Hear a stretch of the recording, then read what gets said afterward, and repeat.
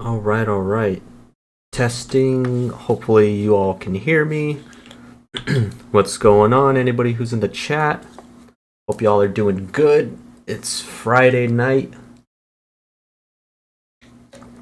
Ooh.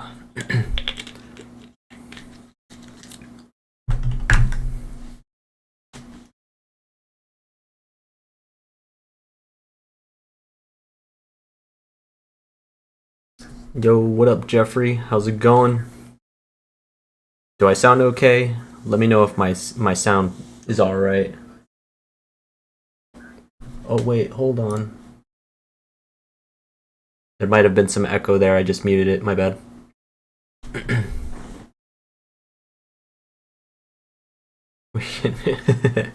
You're good, Alan. What's going on, average enjoyer? What's going on, Alan? How you all doing? How's the day been so far? Y'all do anything cool? I appreciate it, Jeffrey. Yo, what's going on, Braun? Welcome back.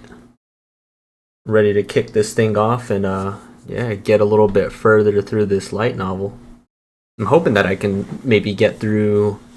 I'm hoping that I can finish it off in like 3 parts. I'd say like today's will be the second. And then the next time I'm hoping I'll finish it off, kind of like how I did the last one. I know that last one I did for Volume 9 was kind of a longer one because I got too hooked into it.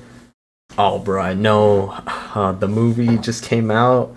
I'm excited for it. I keep seeing all these pictures from the freaking, from the official Twitter. And man, there's too much stuff. School holiday started for you? Dang, nice. Since so you're off right now, right? I'm assuming since it's holiday. If you are, then that's cool. I always loved when I was in school, being on winter break or just on any holiday break in general. It's always a good time. Take a little break, sleep in a little bit. Hold on, I was gonna put this over here really quick. Before we start the reading, I wanted to pull this over and just take a quick peek at all the stuff that they've just been posting all over on the official Twitter. It's been, man, I keep seeing everything and I'm like, damn it, I wish I lived in Japan. There's so much cool stuff and just so much advertisement for it. I wish that the US was on that on that level of, anime just being super mainstream and just being everywhere, Yeah, there's right here this first picture. This is like, I guess, like this is like a picture somebody took from, I guess, inside one of the Japanese theaters, and it's just everything, just sister venturing out promotion. It's freaking awesome. I love that. You know what? They don't even advertise top US movies. Like, I know, that's what I'm saying, man. Like, they just show like commercials or whatever like on TV, but man, they like hype this stuff up so much. And I don't know. There's just, look at that. Like, there's legit like 7 freaking posters for the movie on here, just in one theater. Like, they in U.S. theaters or whatever, at least they have like one poster for one, and that's it.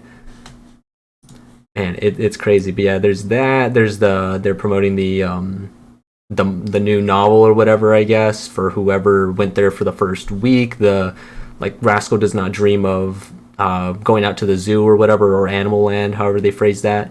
But they got that there. I really hope that they put that out and translate it at some point. That'd be really cool. But I don't know. It seems like it's maybe it'll be like a more shorter story. I don't know, like a side story type of thing that they wouldn't want to translate or whatever. But it's super cool.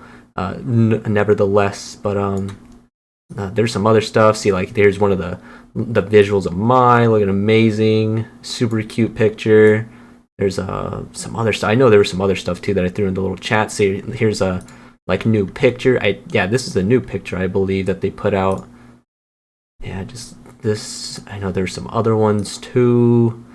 Where was the other ones?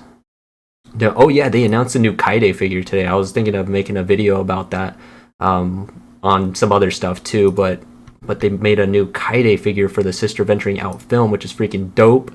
So if you guys didn't hear about that, like that's a new thing too. And it looks great. Like I think they had one Kaede figure before, I believe. But here's another one. There's a new one right here, which is freaking cool. So that one, that's freaking awesome that they have that. Oh, here's that other one that I posted in the community tab. Just a cute little picture with Sakata and Kaede just at the movies and stuff, just to promote the movie itself too. So yeah, there's just a bunch of stuff. I'll stop rambling on about all the advertisements and whatnot. But yeah, we'll carry on our day over here with this.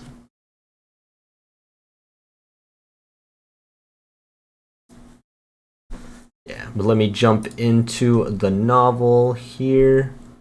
Sorry, the lighting must have been a little bit weird zooming in on some of those pictures. But yeah, let's start off with jumping in here. So I believe we left off on chapter 5, so we can kick it off from there. So let's go ahead. So that's all for today. The professor said, wait, hold on. Let me back up really quick. I want to see where like the last passage was to see what's going on here. So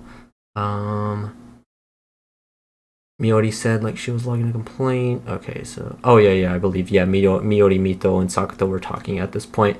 And she was just kind of like analyzing his name or whatever, just talking about his name in some fashion.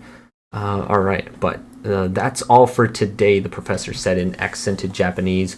Second period started at 10:30 and wrapped up on time 90 minutes later, exactly at noon. Hasta la próxima semana. Wait, what? Semana or semana? See you again next week. With that salutation, Professor Pedro left the podium. Hasta luego. This boisterous reply came from Uzuki and was accompanied by a big wave. Pedro grinned back, a cheery Spaniard. He meshed well with Uzuki's energy. As Pedro left, Takumi stuck his head into the door. Asasagawa, lunch? He called, moving towards Sakata, but halfway there. His eyes turned to one side where Miori Mito was putting away her books. Ciao, she said, and got up to go, waving. She brushed past Takumi and vanished down the hall. What the hell was that, Hasasagawa? Takumi hissed, planting both hands on Sakata's desk. I thought you said nothing happened. I've been promoted to potential friend. Let me in on that. You'll have to ask Mito. You're already that chummy with her? I knew the man was who nabbed my Sakurajima had game. His eyes had glazed over. Yeah, Ryo Futaba even told him, like, you're more popular than girls than what you really think you are, you know? They're always trying to make friends with him. Up at the front of the room, other students were discussing lunch plans. It was that group of girls again, Uzuki included. Cafeteria? I want a yoikichi don, Uzuki said, the first to respond. This donburi was a school specialty. It was usually rice topped with sweet and spicy ground chicken with a poached egg on top. Just hearing the name made Sakata want one. Then let's go, one of the girls said. Ah, Uzuki yelped. I've got to shoot today. I can't, sorry. She slapped her palms together, but the girls took it in stride. That fashion magazine again? That turned out really cute. I'm definitely buying a copy. Same. Knock 'em dead. Hasta mañana, Uzuki yelled, waving goodbye. She went running out the door. The girls' chatter stopped dead for a moment. Then, you hungry? School store? I ate too much yesterday, so I really just want something small like a sandwich. Huge relief. Yep, same here. Let's go. A very different energy, chuckling, they left the room. Nobody talked about Uzuki at all. When they were well out the door, Takumi said, Girls scare me. That's just how people are. The fact that they could pretend to be friendly with Uzuki was...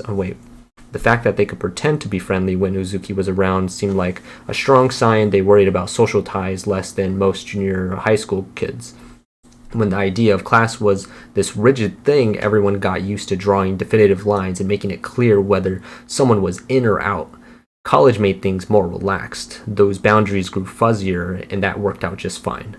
You scare me sometimes too, Takumi said. The cafeteria is filling up fast. The cafeteria was down the row of trees from the clock tower. You turned left at the end, and it was up ahead. On the first floor of a building with a large hall and a number of different shops. It was peak lunch rush, and all 400 seats were full. Finding anywhere to sit was a struggle. Sakata managed to snag a table as 3 other boys left, and Takumi joined him, bringing an extra tray for Sakata. They were both eating yoikichi don, which was what they were talking about before. The regular size was a low 300 yen. The cafeteria menu was generally quite affordable, with soba and udon dishes going for less than 200 yen. The school lunchroom was a vital ally to any starving student.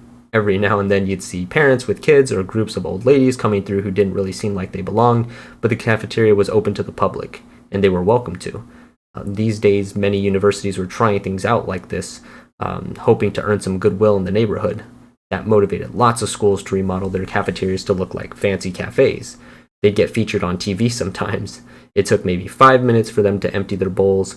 They washed it all down with free tea from the bar.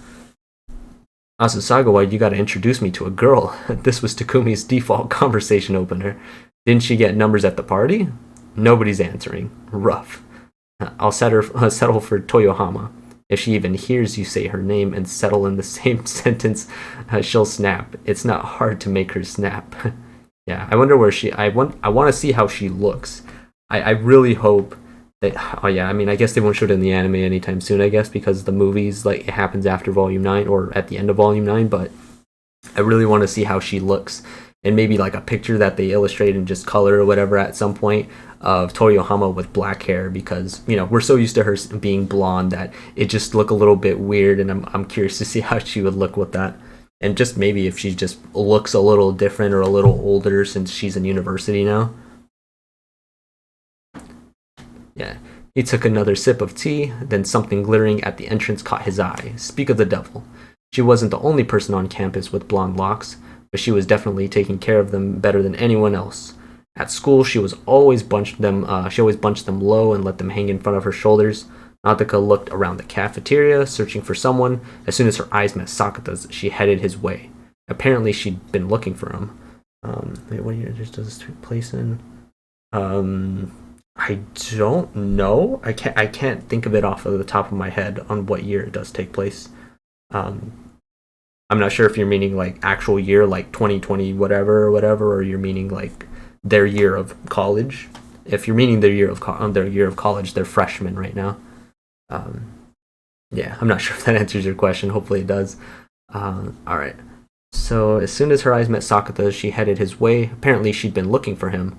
There you are, she said, like it was his fault she couldn't find him right away. What you need? Nadaka glanced over at Takumi. Gotta borrow Sakata for a bit, she said. Go right ahead. Help yourself. So easily relinquished. Without any confirmation from Sakata himself, Nadaka did an about-face and stalked off to the exit. She'd be livid if he didn't follow, so he dropped his dishes in the deposit area and hurried after her. Outside, Sakata and Nadaka strolled absent-mindedly over to the bench by the research building and sat down on it. Nearby, the dance club was using the building windows as a mirror, rehearsing their routines. They watched that for a while, but Nadaka didn't say anything. Oh, okay, cool. Sweet, Alan. My bad. Alright, outside, Sakata and Nadaka strolled absent-mindedly over to the bench by the research building and sat down on it. Nearby, the dance club was using the building windows as a mirror, rehearsing their routines. They watched that for a while, but Nadaka didn't say anything. So, Sakata asked, you saw Uzuki today? I did. She was in Spanish with me. Nadaka knew that, which was why she'd been looking for him. She say anything? Like what? You hauled me all the way out here, don't be coy. How was she acting? His flippant jab didn't lighten her mood. She didn't take her eyes off the dancers. She seemed like she always does. Sakata hadn't picked up on anything wrong. Her barging into conversation with Miyori, offering a sip of bubble tea, then dashing off to the group of girls, enthusiastically using all the new Spanish she learned, and the way the girls had dropped her the second she left the room, all of that was typical Uzuki. She didn't mention me? Nope. Or Sweet Bullet? Not a word. Oh. He was still lost. What's this about? He asked. She finally turned to look at him. The look in her eyes was half angry, half lost. Yesterday we kinda what? Had a fight. A fight? There were two reasons why that didn't really seem real to him. First, he simply couldn't picture Nadaka and Uzuki going at it. Second, the way Uzuki had acted today, she'd been totally normal. The total opposite of Nadaka's gloomy disposition, which made him feel like there must be some sort of mistake. What about? He asked. You know, two of our members already graduated? Yeah. Nataka and Uzuki were both members of an idol group called Sweet Bullet. At the start of the school year, two of the seven members had left the group. Wait, what? At the. Oh, okay.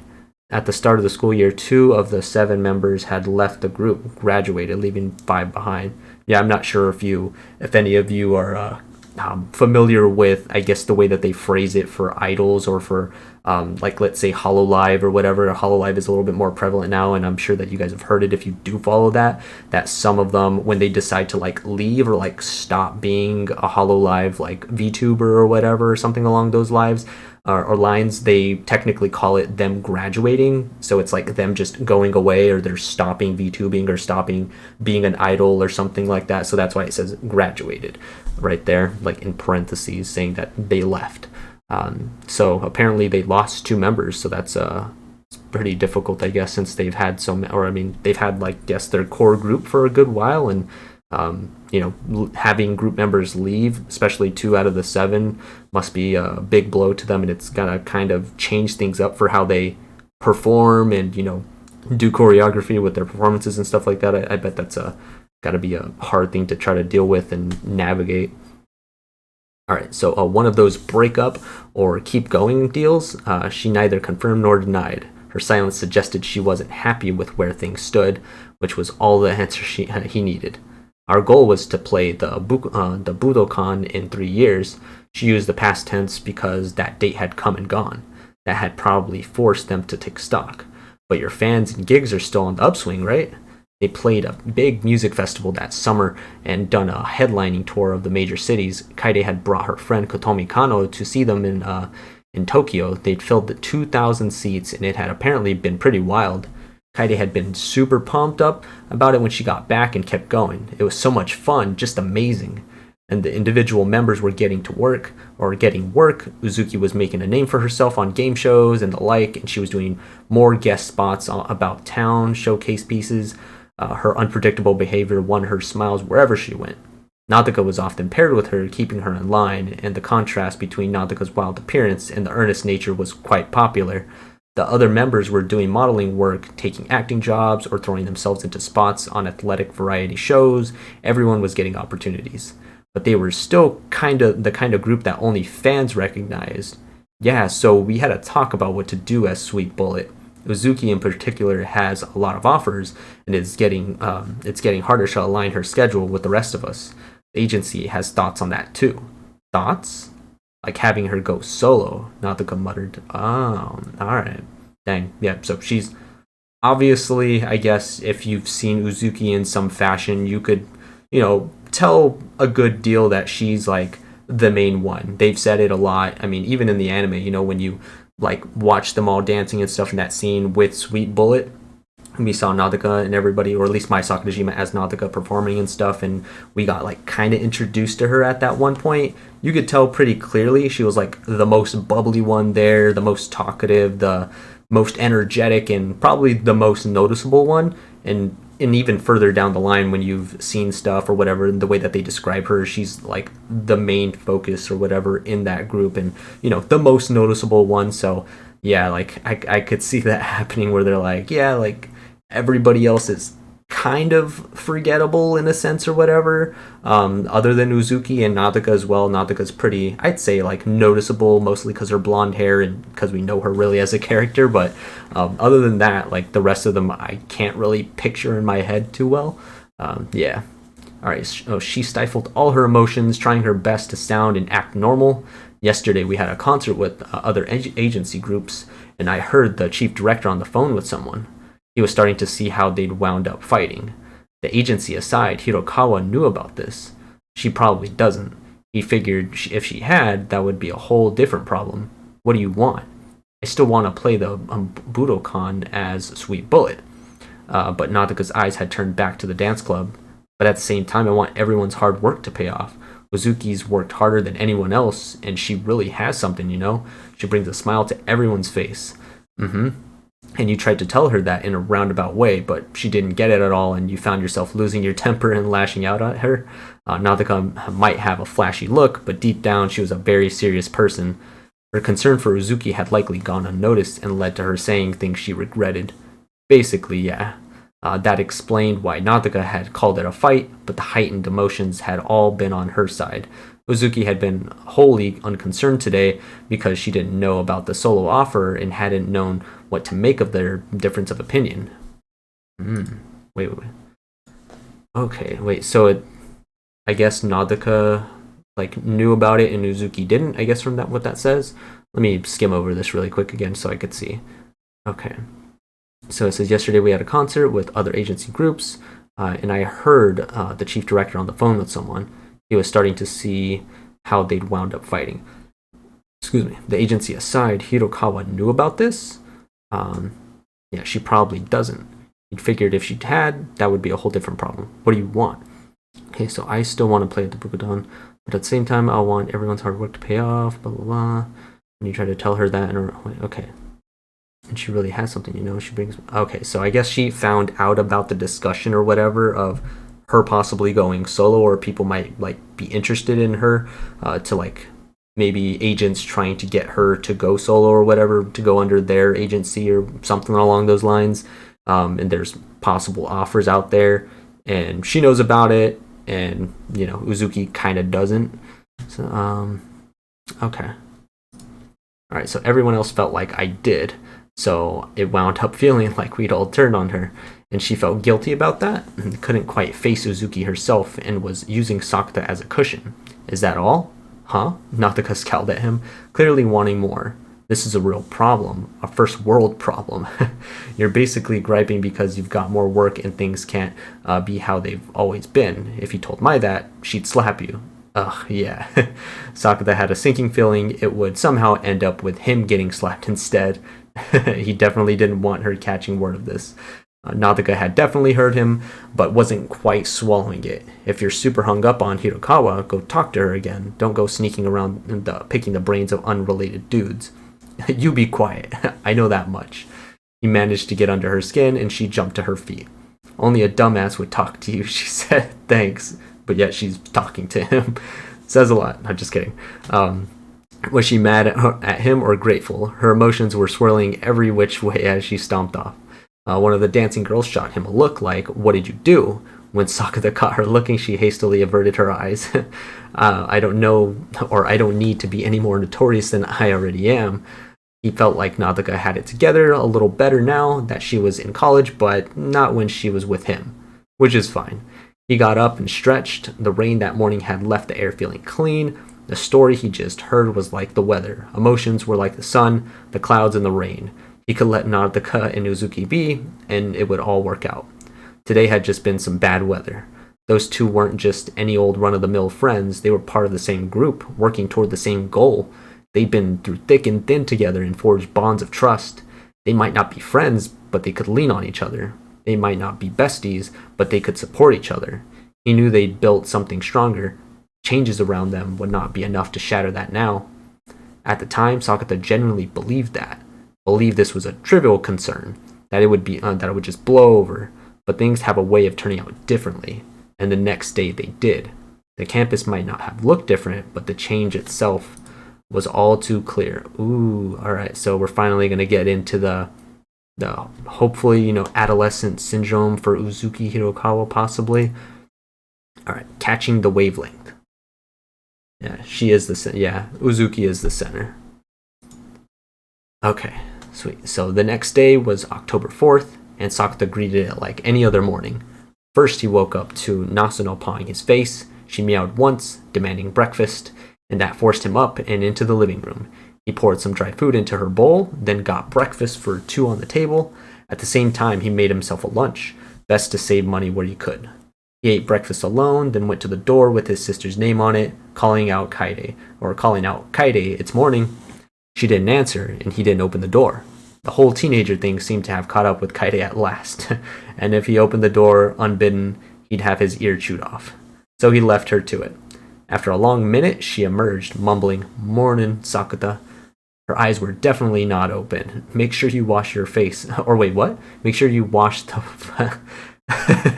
My bad. Make sure you wash the plate after. Yawn. Okay, see you later. She saw him out the door with another yawn. It was mostly sunny. There were clouds with like strings of cotton candy, but plenty of blue beyond. The air itself was dry, and it felt like fall was finally here. Beneath that beautiful backdrop, he made his way to Fujisawa Station. There, he took the JR Tokaido line to Yokohama Station and changed to the Keikyu line for another 20-minute ride. He got off at the Kanazawa Hake Station, where his university gates awaited. It was a solid hour commute from home. Outside the station gates, a crowd of students were streaming toward campus.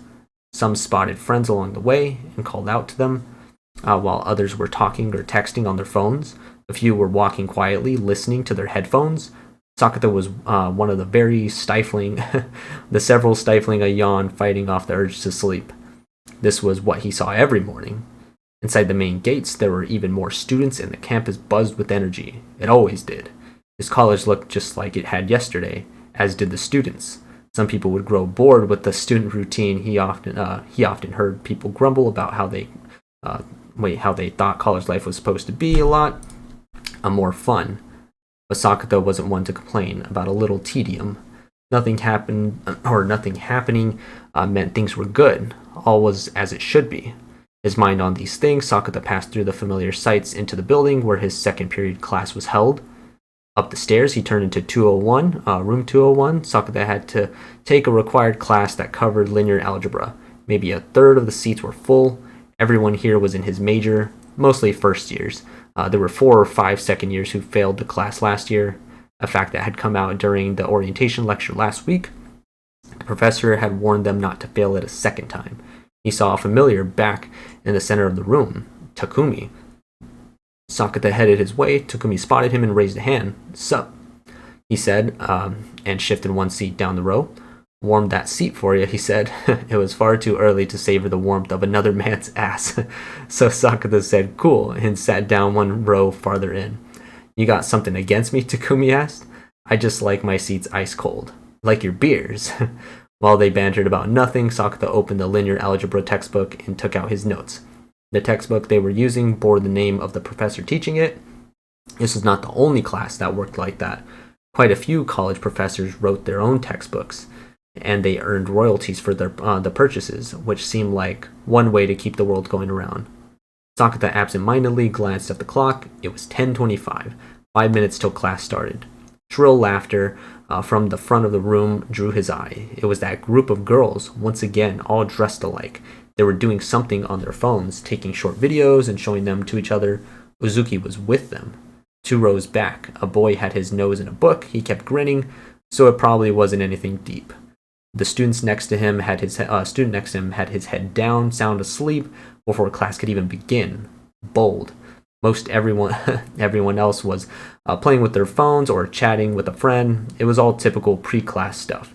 Nothing weird about it, but something about this scene was bugging Sakata. Something about one girl had struck him as odd. Still did. He focused on one of the 6 girls in the group up front. She was wearing the same kind of skirt they were, the same kind of blouse. It was Uzuki.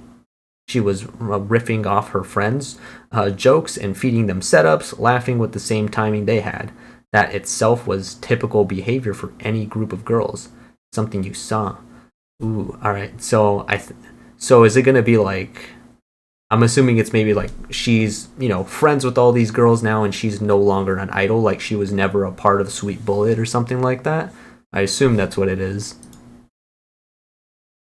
Free seat warmer, right?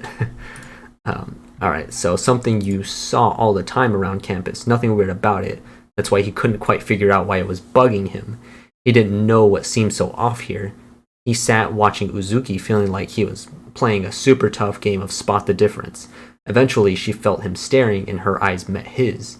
Any other day, she'd have waved enthusiastically and called out to him, drawing so much attention it sort of made him wince. But today she was acting different. She looked at Sakata, and her mouth opened slightly like she just remembered something. Then she said, "Give me a minute," and moved away from her friends. She came right over to Sakata and glanced around quickly to see if anyone was watching. Then she leaned in and whispered, "You hear from Nadaka?" Softly enough that only he could hear. "Should I have?" he asked, unsure what she meant. Shoulda, coulda, woulda. That rhymed, but it didn't clear up much. "I'm lost," Sakata said. Uzuki made a face at him, but he genuinely didn't know what she was after. Something go down between you two? Nadaka had told him about their fight, and he couldn't imagine anything else this could be. But in his mind, that problem was already solved. He and Nadaka talked about it, and she said that she was going to work it out with Uzuki. So there was nothing left for him to do. I was busy with my shoot all day yesterday, so I haven't seen her yet or heard from her. Not yesterday? Curious phrasing. If she specified yesterday, that made it sound like she had today. Wait, what? Okay, I was busy with my shoot all day yesterday, so I haven't seen her yet or heard from her. Not yesterday? Okay, so curious phrasing. If she specified yesterday, that made it sound like she had today. And Sakata's suspicion proved warranted. I just got a text from her asking if I was on campus today, Uzuki added. And a question like that makes it sound like she needs to talk. Not sure that's universally true. He didn't think Uzuki would have taken it that way a day before. She'd have shot back. What's up, Nadaka? Before any conjecture. If she'd been in a position to call, she probably would she probably would have rung her on the spot. Not probably, definitely. And that made him think something was up with her again. Hirokawa, are you sure nothing happened with you yesterday? He asked. What would? Woulda, coulda, shoulda. You're copying me. She laughed like she was trying to lighten the mood. That also seemed off to him. Uzuki faking a smile? He'd never seen her do that. At least, not until today. And if asked if something happened, the Uzuki Hirokawa he knew would have blown right through whatever he meant by the question, blurting, I fell over during the shoot and hit my butt. Or whatever else popped into her head. Why did this feel so wrong? He was still trying to work it out when she laughed again and said, I'm in good form today. She was looking away at the girls up front, like I'm on their wavelength. He looked over her again, and she was definitely dressed the way they were. Looks like, he said. Maybe there were just days like that, but even Uzuki seemed to think she was different, feeling like she was in sync with the girls performing better than usual. Wait, what? Feeling like she was in sync with the girls, performing better than usual socially. While he mulled that over, the professor came in, softly saying, take your seats. The students faced front. Uzuki dashed back up to her friends. Yo, Fukuyama, Sakata said over his shoulder, eyes on Uzuki's back. What'd you make of her today? She was cute. Anything else? She was cute. That sure sounded like Takumi. A valuable take. Thanks. You're welcome. Sakata glanced around and confirmed that no one else seemed concerned about her. Only he felt anything was amiss. Maybe it was all in his head. It could just be a coincidence that they'd all dressed alike and were laughing at the same things. Maybe it was pure chance that she just happened to worry about Nadaka's text. She was in good form, and Sakata was probably overthinking it. Hoping that was the case, he opened his linear algebra book. Okay, so chapter 2 of this one. Part 2 of this one. Give me 1 sec. Just gonna do this really quick.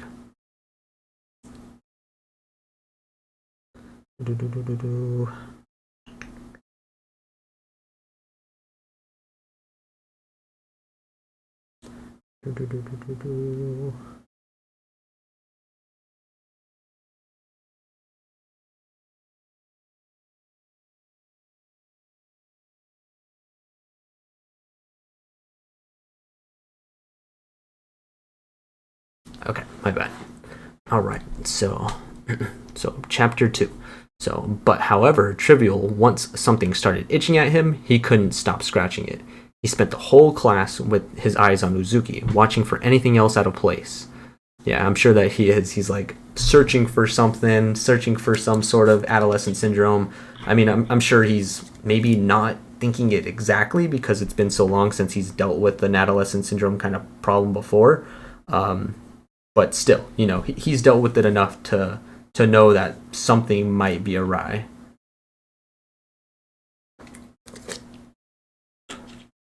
All right. Sweet. So until yesterday, Uzuki would have listened with rapt attention. If she didn't get something, she'd have thrown a hand up, even if that meant interrupting class. Even if the friends around her were whispering or texting one another. Once she found her focus, she stayed that way. That was how Uzuki did things. But today she was fidgeting constantly, joking with the friend next to her. Sometimes she'd crook her head at what the teacher said, but she didn't call out. I don't get it. When class ended, she didn't wave the teacher out or yell, "See you next week," like everyone else here. She just put her books away and joined the girls around her, talking about where to get lunch. Her voice didn't echo above the crowd.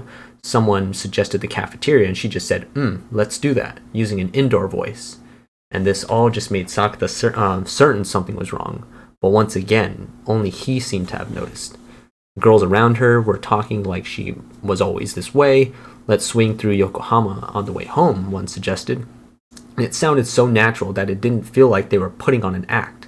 From another perspective, this was a typical college girl conversation, nothing extraordinary about it.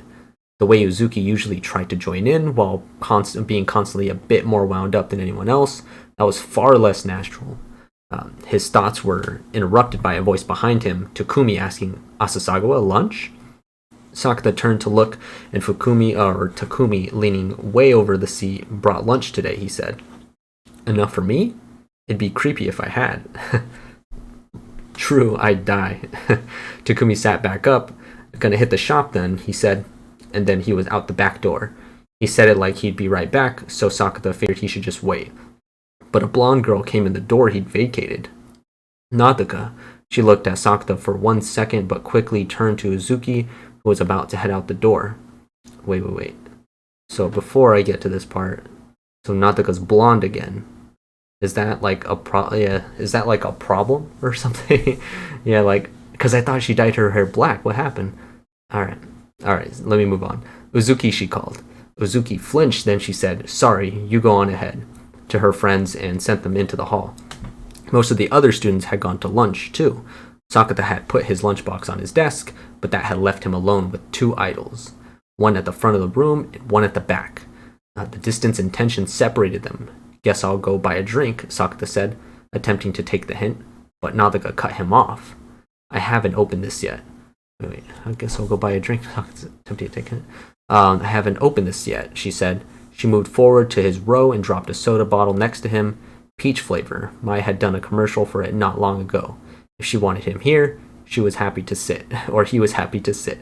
But, Nadaka, is this about that thing? About the thing? Uzuki asked, going first. "Hey, Maria, how you doing? What's going on?" Yeah, just running through the light novel, volume 10 for the Rascal Does Not Dream series, and it's been a pretty good read so far. We're almost almost halfway through it right now. All right, so the thing, Nadaka repeated, frowning. "Sunday course." Uzuki was talking like this was obvious, and that's why Nadaka looked baffled. She hadn't expected Uzuki to bring it up first. She just assumed her irritation, concern, anxiety, and worries had been totally lost on her, and she said as much as the day before. "I'm super sorry," Uzuki said, slapping both hands together. Nadaka got even more confused. "I had no idea what you were all going through." "Of course you're mad." "Uzuki? We get so many jobs that drag us off in different directions. We're spending a lot less time together. I don't want that either, so let's make sure we talk about that as a group." Great, but I'm sorry too. I didn't mean to say all that." "Don't worry about it. You speaking up clued me in." "Okay." "I mean, solo work matters too. These jobs help more people find out about Sweet Bullet." "I totally agree. But if that pulls us apart, it's not worth it." "So let's meet up with Yai, Ranko, and Hotaru. Everyone will be at the dance lesson today, right?" "That's what I hear." Who was she talking to here? There was a good chance Nadaka was wondering that. Uzuki was speaking very logically, and Nadaka looked stunned the whole time. "Nadaka? Am I saying something weird?" Nadaka wasn't reacting much, and Uzuki picked up on that. That itself was the root of why this felt so strange. She was perfectly tailoring what she said to the person she was talking to. "No, that's basically everything I meant to say," Nadaka managed. Great. Nadaka had been totally out of it this whole time. "Nadaka?" Uzuki frowned, not missing that either. "Nothing. Yai's got to shoot, and so she'll be a little late, but we can talk then. I'll let the others know." "Cool. Do that. I'm gonna go eat lunch with my friends." Uzuki waved by, grabbed her bag, and ran off. She was soon out of sight. They were left feeling bamboozled, unsure how they were supposed to feel. Confused? Surprised? Did that really just happen? It was hard to be sure. It didn't sit right. It left them with serious doubts. Unable to sort it out, Nadaka just stood there staring at the door. It was like she never planned to move again. That went well, Sakuta said. Nadaka's eyes swiveled towards him, questions plastered on her face. I said, that went well. What did? You made up. Right, yes, we did. Nadaka nodded, but her frown didn't go away. It still wasn't adding up. The hell was that? The words burst out of her. If he'd said anything himself, it probably would have sounded like if Sakuta had been in her position, that's exactly what he'd be doing. Sakuta, what did you say to her? Nadaka's tone sounded accusatory. Not a thing. Really? I swear. Then how is she like this about stuff she totally didn't get in? Wait, what? Yeah, then how is she like this about stuff she totally didn't get on Sunday? If you don't know, how should I? Huh? You know her better than I do. They'd met long before he knew either of them and spent a lot of time together. Obviously, Nadaka snapped, but she was agreeing with him. That didn't make it any less weird, though. She thought for a minute. Are we sure that was Uzuki? She asked, dead serious. Who else would it be? She was like watching my reactions while she talked. The way she put it made it sound like that was not like Uzuki at all. She was, but that means the words got stuck in her throat. She broke off, hesitant to say it out loud. Uzuki's reading the room. Ah, okay, yeah. So that's been like Uzuki's like shtick, or at least like that's what she's been known for the whole time, where she's known for not reading the room and she just like blurts stuff out. You know, she doesn't take into account, personal space too well. She's just, she's Uzuki. We know how Uzuki's usually is, at least from what we've read and even what we've seen a little bit in the anime and stuff. So yeah, that's typically what she's been known for, but now she's doing the opposite. She's reading the room. She's, reading body language possibly, and, reacting the way that, somebody, I guess, I don't want to say normal would react to, but I don't know. I guess it's just she's not her usual self, you could say. All right. So Uzuki's reading the room. That was what she eventually settled on. Yep, that's all there was to it. Only one thing had changed. Nadaka had hit the nail on the head. She's read the room. Uzuki. That was what had felt so wrong. Are we sure this isn't like what happened to me and Mai? Nadaka demanded, like a body swap? She knew too much about Sweet Bullet's business. What they just talked about was all insider stuff. True. Even if this was some kind of adolescent syndrome, is it a bad thing? Well, from her tone, she'd been about to say, well, yeah, but before she did, her brain caught up. She'd patched things over with Uzuki because Uzuki had worked out why Nadaka had been so upset. That wasn't a problem for anyone. It was actually a net benefit for all. That had certainly rattled Nadaka. But Uzuki herself had said that she was in good form now that she was on the same wavelength with everyone. She'd been happy about it, but the change had been dramatic enough to shake both Nadaka and Sakuta to their cores. Then I guess we can let it be. Nadaka didn't sound at all sure of herself. She might be her old self again tomorrow, he suggested, and that was how they punted the problem down the road. Yeah, and that always works out, right? Alright, so ultimately, Sakuta's forlorn hopes were dashed, and Uzuki was still tuned to that wavelength the next day. He woke up at 6, got ready, and headed into his first period of class. Uzuki was smoothly blending in with all the girls from their major. They were all dressed alike, chattering about the same topics, laughing in sync, and that still felt wrong to him. Late last night, after the dance lesson, Nadaka had called him and said they'd all had a good talk. Their time together as Sweet Bullet mattered, and so did the work they did on their own. Giving their all on every job currently on their collective plates was the only real way to spread the word about the group. But and by talking things out, they were more tight-knit than ever. Nadaka sounded upbeat and cheerful the whole time. They'd always had trouble getting on the same page with Uzuki. Her priorities just never quite aligned with the others, but now Uzuki got it. Whatever this mess was, it had only had upsides. Seeing Uzuki cheerily laugh with her friends was kind of a relief. A few days back, she'd been clearly out of place, and that had felt risky, or at least uncomfortable. None of that remained. They were even keeled and steady.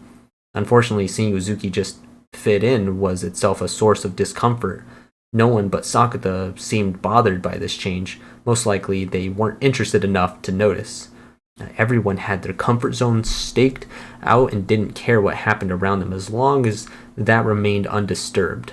Maybe if he acted like he didn't care, one day he'd actually stop caring. If it were anyone but Uzuki, Sakata himself probably wouldn't have noticed or cared. "Hey Fukuyama," he said. Takumi was sitting next to him. He made a very sleepy noise. Takumi's eyes were only half open. "What do you make of Hirokawa today?" "She's cute." "Anything else?" "She's cute." I thought so. Man, Asasagawa, he must have woken up a bit because his eyes were focused now. This time it was Sakata who sounded sleepy. Was there a correct answer to that question? It had been the second day in a row, so he was right to wonder. Cute is fine, Sakata said, stifling a yawn. "You sure about that?" It wasn't like Sakata had an answer in mind. When he said nothing else, Takumi's frown deepened. After surviving first and second period classes, Sakata headed to the cafeteria. He'd woken up at 6 and made lunch, but Mai was on campus today and they'd agreed to eat together. The cafeteria was already 80% full. He looked around the crowd and found Mai. She nabbed a window seat and was waving him over. Sakata threaded his way through the tray-bearing students to her table and realized someone else was sitting across from Mai. She had her back to Sakata, but he recognized her anyway, for the simple reason that this was Miyori Mito. I knew it. Anointed potential friend. Alright. So this is my Sakurajima. Amazing picture, beautiful. I'm assuming that's I don't know. There's so, like I said before, like there's so many girls that look some kind of like my Sakurajima. Like they have like the long black hair or whatever, and sometimes I mistake them for her in some ways. But I should know by now that like this, I believe this is my Sakurajima, because I don't think this. Yeah, the other girl Miyori Mito has a mole, so I should be able to tell. But maybe I can't see the other side of the face, so who knows? But I'm pretty sure that's Mai. That looks like Mai.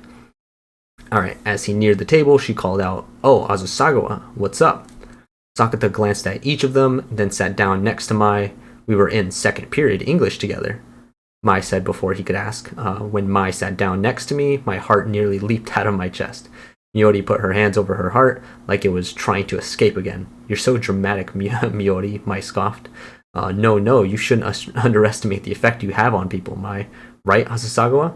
The rejoinder felt natural, and so did her toss to him. Mai's eyes turned toward him too. Sakata glanced at each again, then voiced his honest opinion. "You sure made friends fast." They'd both ordered the cafeteria's exclusive donburi and already polished it off, not a kernel of rice left. And given the table location, their second period class must have wrapped up early. They'd likely talked quite a bit before he got here. "Are you jealous?" Miyori asked. "Mai's not great at making friends, so consider me surprised." He took his lunch out of his backpack and put it on the table. "That is not true," Mai said, feigning anger. She used this as an excuse to swipe a piece of rolled egg from his lunch. They paired us up for a conversation practice, so we were talking the whole time, she said, then popped the egg in her mouth. That's good. Sakata had taken English last semester. They allowed no Japanese in class.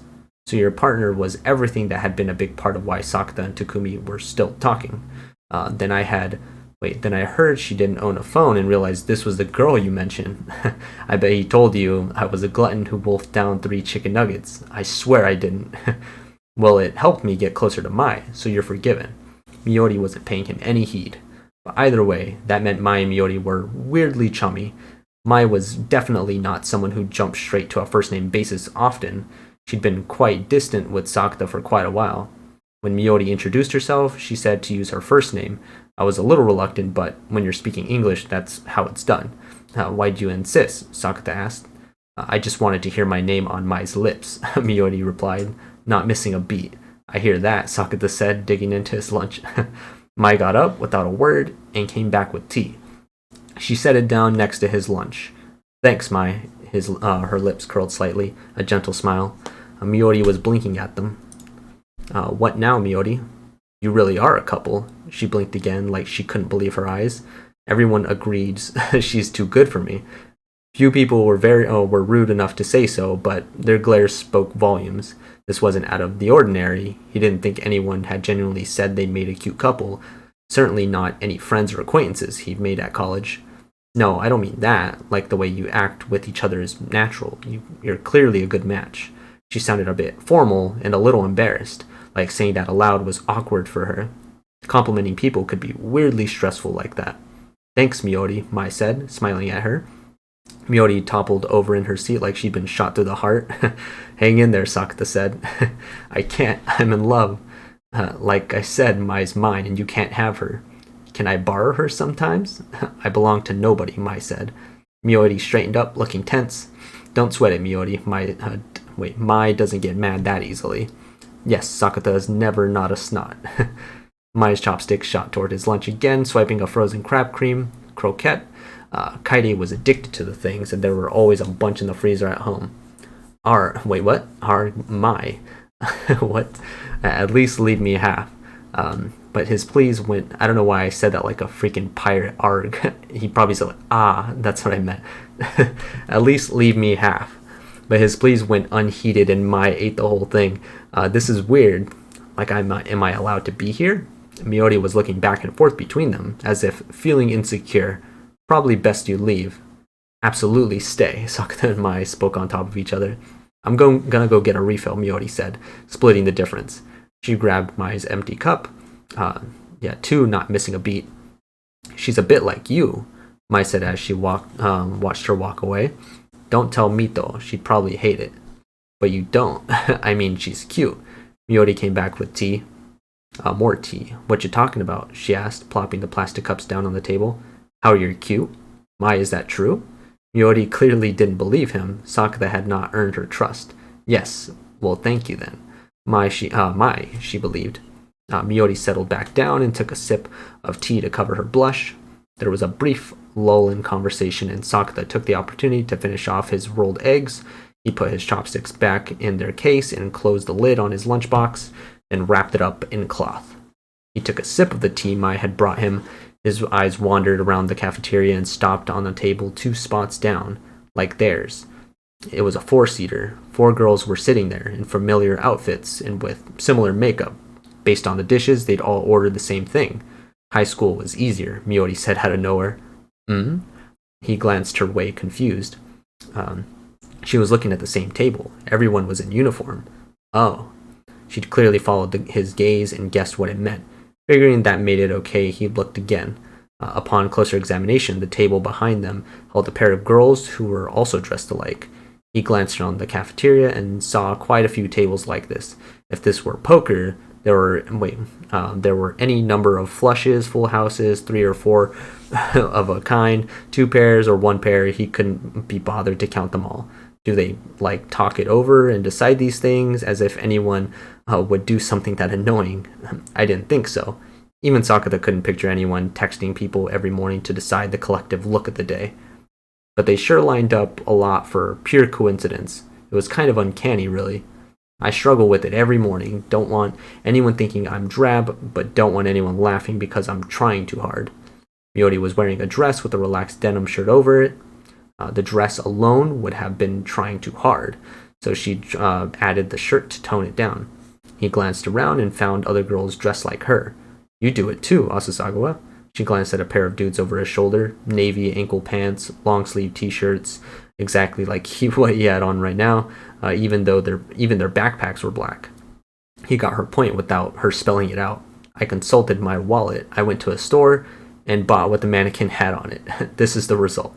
I'm also wearing a mannequin look, Miyori laughed, plucking her clothes. And what I wore yesterday came up when I googled fall college outfits. If you shop in the same places and look at the same sites, you end up dressing the same, I guess.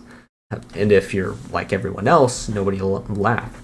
And if you're like everyone else, nobody will laugh. No reason to dress different here. Back in high school, everyone was hiking their skirts up, loosening their neckties, swapping out their socks, desperate to find some way to stand out. Miyori winced at the memories, but that's just how people are. The moment they're given freedom to choose, they feel like they're being put to the test and shrink back. As long as they're doing what someone else decided, they could shift the blame. But if it's their choice, there'd be no excuses, no escape routes. You don't have a phone, but you still Google things? I've got a computer at home. That wasn't really anything to be smug about, but she put her hands on her lips or on her hips and puffed out her chest. Apparently, she wasn't diametrically opposed to the internet herself, or itself. Where do you buy your clothes, Mai? Miori asked. Mai had been listening in silence. Me? You always look cute. I'd love to know. Mai is always cute. Alright, today Mai wearing a collared blouse with a sweater vest over it and long skirt below that. Her hair was done up in 2 loose braids, which were draped over her shoulders. And with her fake glasses, she had that literature club vibe going. One false move, and the whole thing would look dowdy. But Mai pulled it off with a mature elegance. Often buy outfits from fashion shoots direct from the stylist. This outfit is one of those. Can't copy that, Miori hung her head. But even if I could, I'm not you, so it probably wouldn't work. Now she was sulking. You'd be surprised. What do you know, Asasagawa? Have you tried? Yes. Creepy. My sister, I mean. She gets a lot of Mai's hand-me-downs.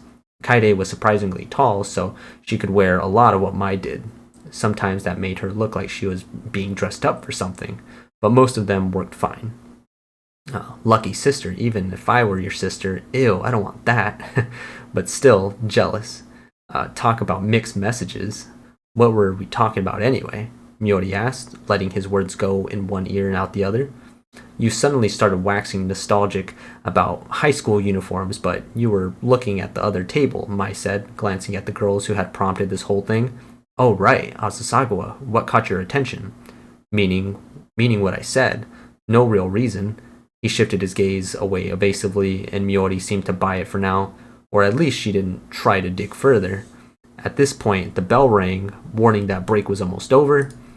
The students loitering in the cafeteria started moving out. I've got to return a book to the library, Miori said, getting up first. I'll clear your dishes, Sakata said as he reached for her tray. Oh, thanks. See you in class next week, Mai said. Miori waved and left the room.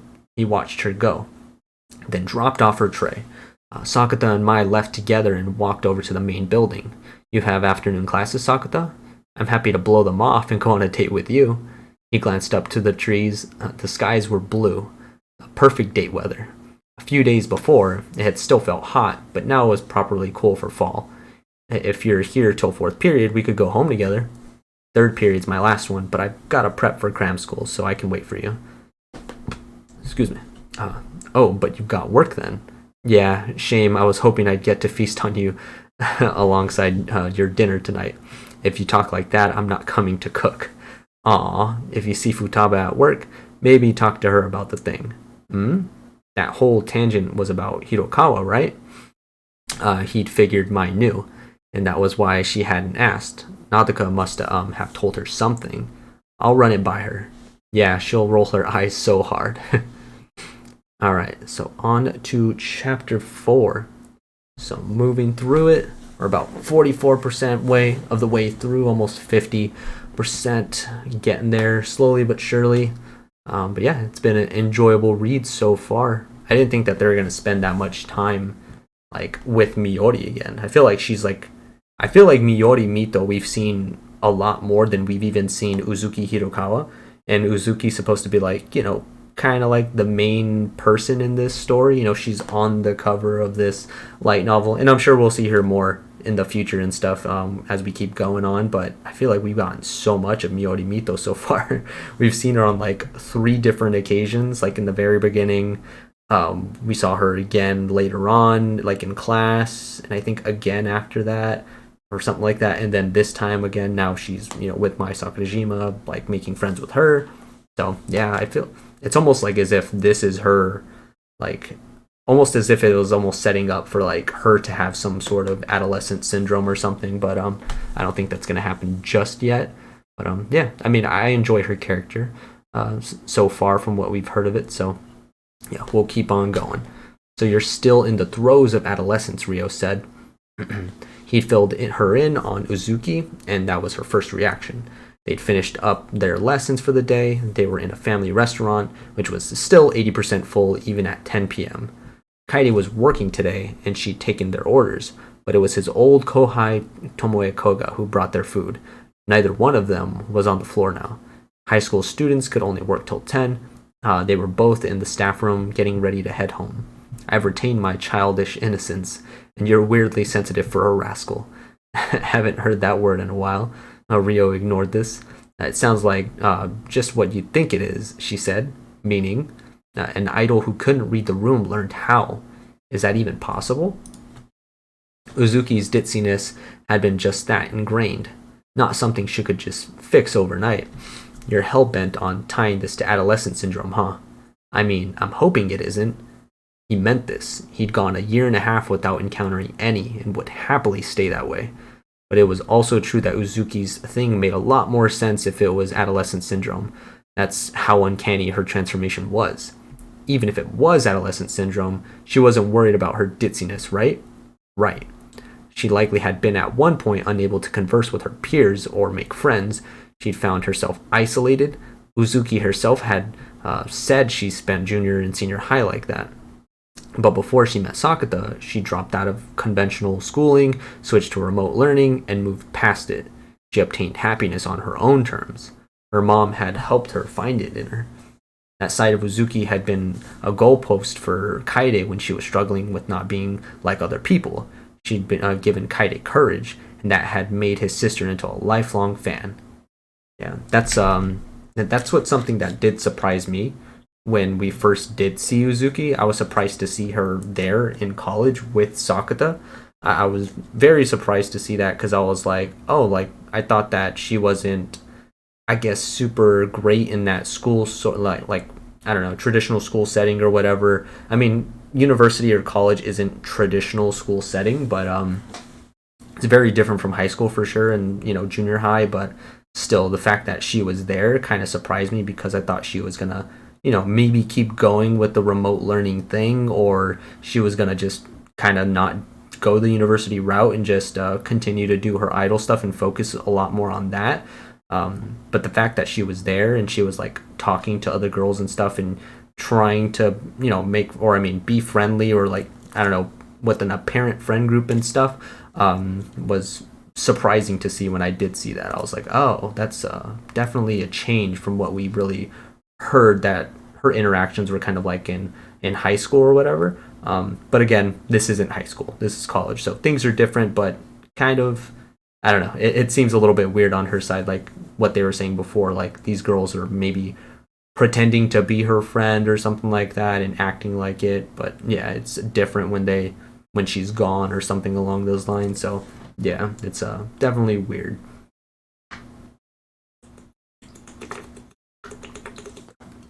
Ooh.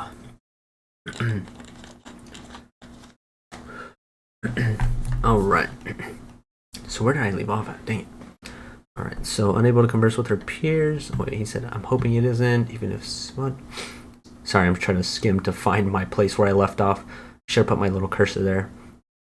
But okay. So she'd obtained happiness on her own terms. Her mom had helped her find it in her. That side of Uzuki had been a goalpost for Kaede as she was struggling with not being like other people. She'd given Kaede, courage that had made his sister into a lifelong fan. So I don't see a reason why she'd get adolescent syndrome. Exactly. Talking to Rio had brought him to the same conclusion. There was no problem, and that felt like a problem. But if there wasn't a problem, then how could there be a problem? Was this a Zen koan? You don't look satisfied. Well, no, if it was just reading the room, then fine, but doesn't it creep you out a bit that her clothing suddenly started matching everyone else's? Even now, there was a group of 3 college girls at a nearby table, all sporting a similar look. Knee-length skirts, fancy blouses, hair gently curled around their shoulders, makeup that made their cheeks look slightly flushed, like they just stepped out of the bath. They were happily chit-chatting, doing a post-mortem on a mixer, or rather dissing all the disappointing men they'd met there. I think this new cute girl you're friends with hit the nail on the head. Wait, yeah. Rio sounded a bit curt. She took a sip of her coffee. There was a hint of color on her lips.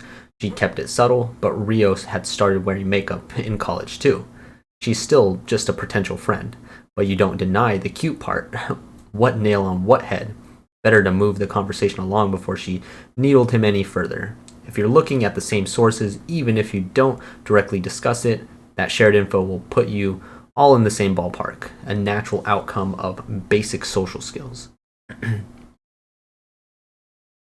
What's going on, Utini? I think. I'm sorry if I mispronounced the name. Utini the gamer. What's going on?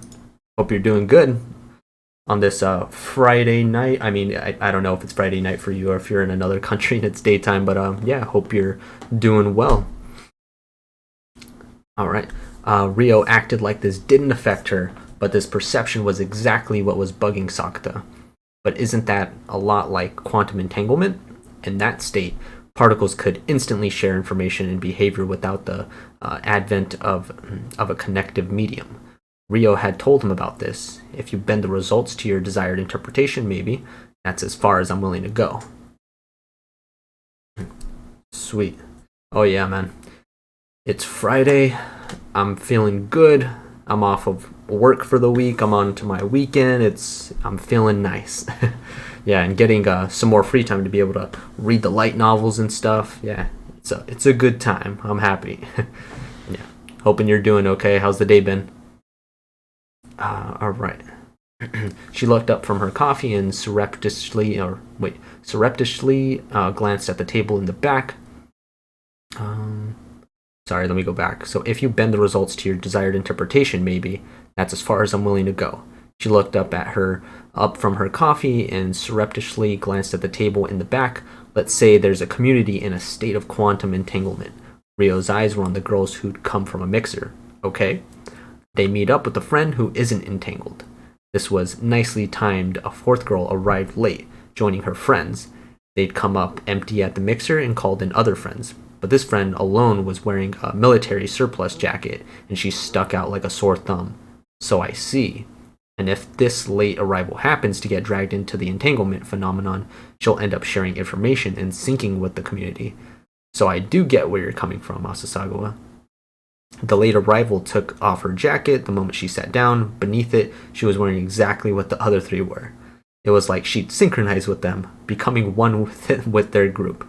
Simply, I don't know, that thought just, like, I don't know, it just was funny in my head for whatever reason. She was just like, she came there, like, looking like she was, like, a little bit different from that group or whatever, and just took off the jacket and was like, never mind, we're all the same again. We thought we had some originality there just for a little bit, but it wasn't all the way. Been pretty good. Was a bit disappointed as I realized late that the new movie for Rascal releases in Japan today. Oh man, I know. It's been everywhere. I showed a little bit in the beginning of the stream, just a bunch of the tweets and stuff from the official Bunny Girl Senpai Twitter, and it was all over there, just like a bunch of different cool things. Like they announced a new Kaide figure that's like a sister venturing out one, and then they announced, or I mean, they were showing some stuff for the light novel, that Kaide one, the one where they go to the zoo. That one too, they were kind of advertising that for people in Japan, and just like somebody took a picture too inside one of the movie theaters there, and it was crazy because I'm not used to like such crazy advertisement. But they had, like, you know, if you live in the US or whatever, or you go to a movie theater and you're gonna go see a movie, and they usually have like one poster of like each movie there. They had like seven or eight posters just for the Sister Venturing Out movie. It was crazy. I was like, what the heck? That's so many. And I don't know, I just love the way that they hype these types of movies up, and especially for this series in particular. I was like, damn man, I wish they did that here. Yeah, hopefully the US or just other countries get like that about anime, and it becomes, you know, more mainstream to the point where they celebrate it like that. It's so cool. Yeah, I'm glad you're doing good though. All right, so simply as a result, where was I at? Let's see. Meaning, if this is adolescent syndrome, the cause is the news. Hold on. So, simply a result of everyone getting on the same wavelength. That made it sound like no big deal, but reading the room, acting the part of a college girl, being mindful of the time and the place, would all that stuff really result in hair, makeup, and clothing choices turn out this similar? Managing it to this degree without prior consultations sure felt like some sort of superpower at play, in which case this case might be the other way around. Meaning, if this is adolescent syndrome, the cause isn't Uzuki Hirokawa, but all the other college girls, the ones who can read a room. Rio was dropping bombshells, but this one made sense, especially after using the group back as in the back as an example. Her words felt like the most logical conclusion. We could say this adolescent syndrome is unconsciously sharing information, creating a medium state of values for what counts as normal, for what everyone's doing. Or we could say this syndrome is creating an unconscious network with quantum entanglement, like properties, and the synchronization is merely a result of that. Affecting all college students? Yup, every single one. This really was a heck of an idea. It boggled the mind. The scale involved was far worse than he'd imagined, but it was also true that no matter which campus you went to, there were similar student groups dressed alike, sharing values, and acting the same. So I'm trying to get what she's talking about or whatever. Let me see. I didn't fully get that part. And so let me skim over it really quick. So that made it sound like no big deal with reading the room, acting the part of a college girl, being mindful all the time of the place, would all that stuff result in blah, blah, blah, blah, blah. Managing it to this degree without prior consultations sure felt like some superpower at play. So it says it's all the other college girls, the ones who can read a room. Rhea was dropping bombshells, so it says, but this one made sense. We could say this adolescent syndrome is unconsciously sharing information, creating a medium state of values for what counts as normal for what everyone's doing. Or we could say the syndrome is creating a unconscious network of quantum entanglement like properties. And the synchronization is merely a result of that, affecting all college. Okay, I guess I kind of get that. So it's like, I don't know. So there's some that are kind of, I don't know. It's weird. It's like there's some groups of people that all kind of dress the same and have the get along with each other and stuff like that and wear the same sort of makeup and all that. And then there's it's almost like an unconscious thing that goes around the school or whatever, or the campus, and it's like sharing the same sort of information, or maybe value, or I don't know, values of, or just interests or desire or whatever to kind of fit in or whatever, or to be entangled or in line with all of those other people. And I guess that's what they're talking about. And that's what's making everyone, dressing the same, and Uzuki kind of falling into that same kind of thing. Yeah, the Clone Wars, pretty much. Yeah, everyone's just, non-original, looking the same. It kind of does remind me a lot of school to an extent. Now that I think about it, when you were in school, there was always just people trying to fit in, and there was a lot of times just people whatever, it'd be boy girl. I remember back in the day, cargo shorts were such a people that would wear cargo shorts and a black shirt or whatever was such a fad for boys. And you would always see so many boys just wearing just that outfit, cargo shorts, maybe long socks or something like that, and then a black shirt. And that was always, I don't know, it was just something that just went around for a while. And then for girls to some extent too, with the look of their hair or whatever. I remember there was a fad that went around where girls always I guess had their hair super poofy or whatever. They had it I don't know, they had it down, but there was always a little bump on the top of their head or something like that in their hair in some way. I don't know how they did it, but I remember there was that little fad. And then even now too, where the way that they, I don't know, they use some sort of makeup to make their their face really blush or whatever. Kind of, I think they described it in here too. But I've seen that a lot, that look a lot with girls, especially when I was in college and stuff too. It was always a thing. Yeah, baggy pants or oversized shirts. Yeah, that was, I don't know. It's just fads that end up getting into it. But yeah, I guess it's kind of the same thing here, where everyone's kind of looking the same, like you said, the Clone Wars. And if somebody is a little different, then I don't know, maybe they get sucked into it like Uzuki did. All right, so, and unlike Uzuki herself, they had reasons to cause adolescent syndrome. Miyori had told them as much. For years, their uniforms had shaped their identities, classrooms had given them a place to belong. College didn't work like that. No uniforms, no classroom to call home. Everything that defined them was taken away. So okay. So it's like that. That's what they were talking about before earlier, where they were like, oh yeah, when they were back in high school, they would all wear uniforms. So everybody was trying to find some sort of way to be original. Loosen their tie. Hiking up their skirts, doing different things like that to look even a little bit different. But now it's like they can all just wear whatever they want, and they're kind of that disturbance of like normal, just I don't know, routine of everybody looking the same or whatever is kind of carrying on to here in some way. It's I don't know, it's weird. All right, so everything that defined them was taken away. So without knowing it, without consciously trying for it, they all searched for ways to be a college student. That cluster of vague insecurities might be what Rio meant by normal or everyone. If that's the nature of adolescent syndrome, then I can see why it would target her. Kazuki gonna wait, what? Kazuki gonna Zuki? What? Oh, Kazuki gonna Zuki, not Kaz. Uzuki had always been true to herself as an idol. On TV, even in fashion magazines, to students at a loss to define themselves, that had been dazzling, and thus something they'd rather not look at directly. So they targeted her, dragged her in. From that point on, this is more your field, Asasagawa. Is it? Statistical science analyzes this stuff, right? Freshmen are just doing core curriculum and foundational mathematics. He wasn't taking any major specific classes yet. It didn't feel like he was doing statistics, science, or statistical science. But in this particular case, what we're saying here is not, or may not mean much. You think? It felt like Rio had helped change his perspective on things. You know what I mean, she said grimly. If anything's gonna come of this, it hasn't yet. Yeah, I figured as much. Rio was right there with him. When you learn to read the room, you'll figure a lot of things out, she warned. Good or bad. And you're worried that that'll change her? Well, isn't that what fans do? Kaede wasn't the only one who'd been saved by Uzuki's way of life. Her helping Kaede out had helped Sakata by proxy. Nadaka had been right. Uzuki had a knack for bringing a smile to everyone's face. He didn't want to see a cloud pass over her light. They were friends now, so it was natural to feel that way. But whatever Sakata might want, things changed. Uzuki could read the room now, and that meant she could see things she hadn't before, like what everyone around her had thought of her when she couldn't.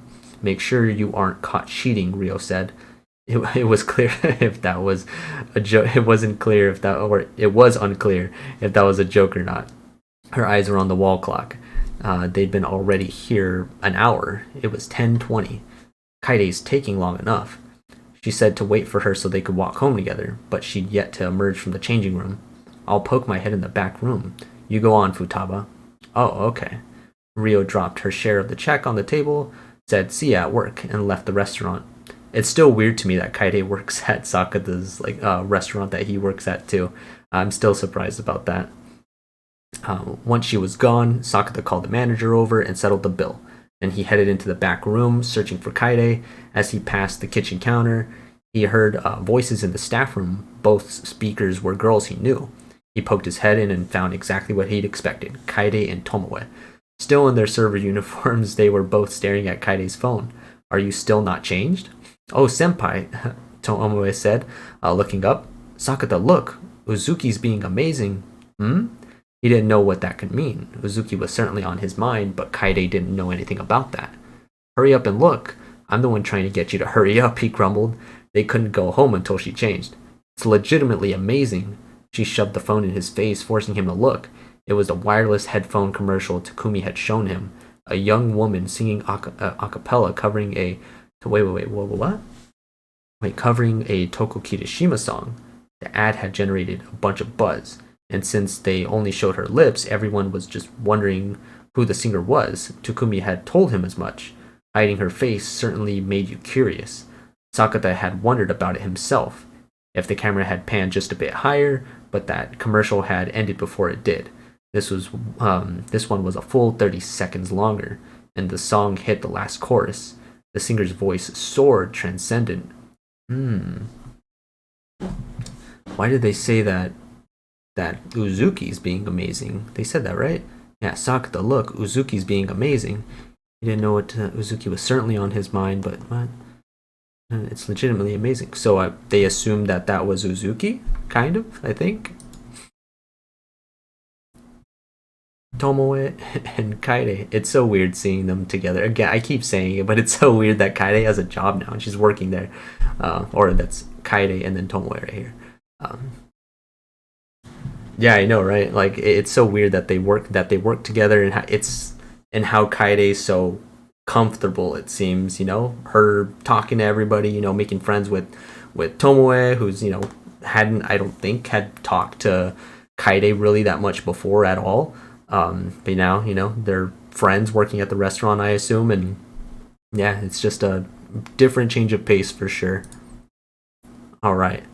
So the camera panned from her chest to her neck to her lips, and as the song ended, they could at last make out her face, the sweat on her brow, cheeks flushed with passion. Oh, okay, okay. So was that the picture?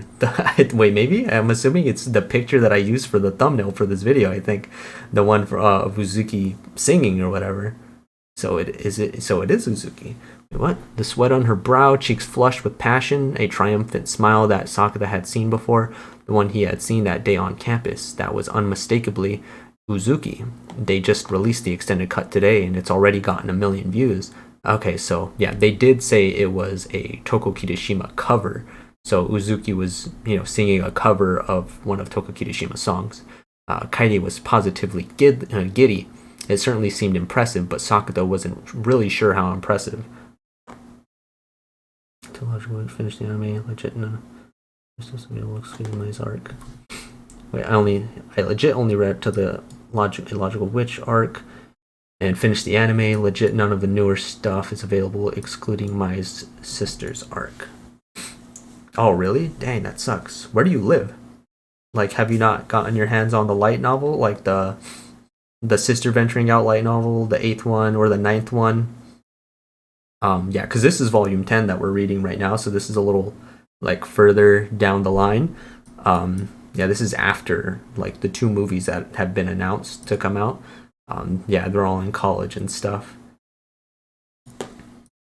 But yeah, but I know that the light novels have gone up to volume 11, at least in English. So I'm hoping that you can maybe, if you're interested in reading the light novels, that you'd maybe pick up the future ones if you wanted to jump into the light novels. But totally get it if you want to stay anime only, because the anime is amazing. Oh yeah, man. They do sell them. I don't know if you live in the U.S., but they do. They sell them on Amazon. They sell them on Right Stuff Anime. They sell them in most bookstores for the most part, like Barnes and Noble or like Bookman's or things like that. So you could grab them, I guess, if you do live in the U.S. It's pretty available for that. All right. So the camera the camera panned from her chest to her neck to her lips, and as the song ended, they could at least make out her face. The sweat on her brow, cheeks flushed with passion, a triumphant smile that Sakata had seen before, the one that he had seen that day on campus. It was unmistakably Uzuki. They just released the extended cut today, and it's already got 1 million views. Kaide was positively giddy, and it certainly seemed impressive, but Sakata wasn't really sure how impressive. Yeah, man. Yeah, if you get your hands on them, let me know how it is. Yeah, let me know what you think about them. All right. So more than the number of views, the commercial's direction and the beauty and strength of her voice got under his skin. There was power radiating off the screen, and not one that could be described with mere logic. Sakata was clearly not the only one who'd felt that way. The video was flooded with comments. This is the ditzy girl from all those game shows, right? I didn't even know she sang. This makes her look hot. God damn, that's what real singing is. Zuki's era has arrived.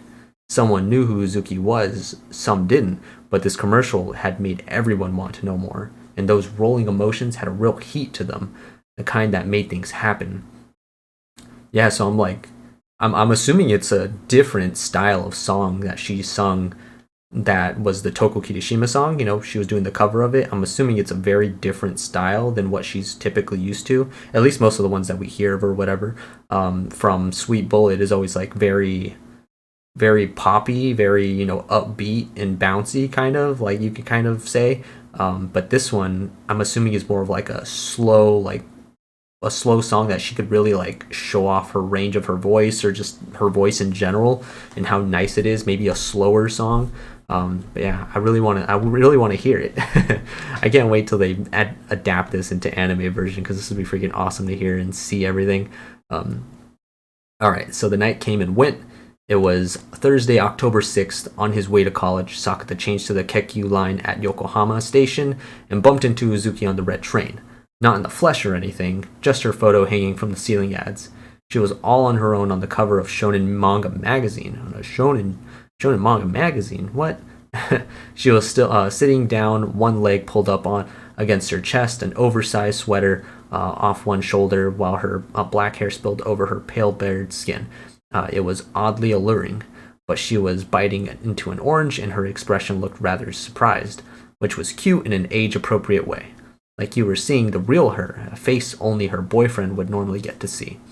Sakata thought it was quite a photo. He decided to pick up a copy on the way for Kaede, for Kaede on the way home.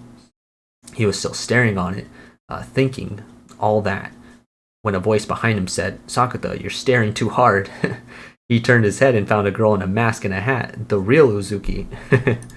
I guess the real one's better, he said, turning to face her, but this one had her shoulders covered, no skin anywhere, a severe lack of allure. On second thought, I prefer the other one. He looked back at the poster. Honed by all that dancing, her skin had a healthy glow, sexy in a way he could stare all day. "You're not allowed," Uzuki squealed or squeaked, pulling his arm to turn him around. This wasn't her typical reaction. He'd shown up with a magazine featuring her in a swimsuit once, and she'd just been excited, asking what he thought. But if she was gonna be all embarrassed, that made him feel like he was doing something wrong. That just made him want to tease her more. But he didn't want Naduka getting wind of that, so he let her spin him around. They had plenty to talk about. "You're on a roll," he said. "Yep, counting my blessings. I saw that commercial. It even reached you?" Her voice even got real quiet. "Kaede was making a fuss about it last night. Sounds like it's a hit. Apparently, my manager called me this morning saying I should be careful on my way to school." Uzuki normally didn't hide her face at all, but today she was fully incognito. The disguise was apparently working. Nobody around them seemed to have spotted her, but quite a few had their eyes glued to the poster above them. The response to the recent commercial was strong. Two high school girls chatting by the door. "That's her, right? From yesterday?" "Oh, the commercial. Yeah, what's her name?" "Wait, look it up." "Or I'll look it up."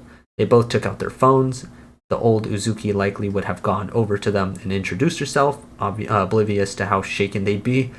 She probably have insisted on an enthusiastic handshake too, but the new Uzuki didn't budge. She just stood bolt upright, looking tense. "Right, Uzuki Hirokawa. Is this true?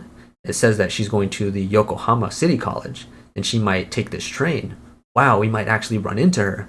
Uzuki didn't seem to know how to handle any of this, but an announcement came over the loudspeaker, cutting them off. The next stop was Kameyoka. "Want to get off the next stop? Maybe switch to another car?" he suggested. Uzuki didn't understand at first, but a moment later she caught his drift. Her eyes went wide, then she nodded.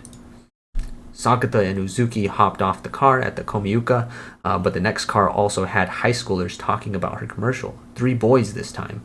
"Her voice is so good, and she's cute. You gonna buy that magazine?" "You first." It was way too early for that energy. Horny energy. They need the little horny bonk little dog meme or whatever.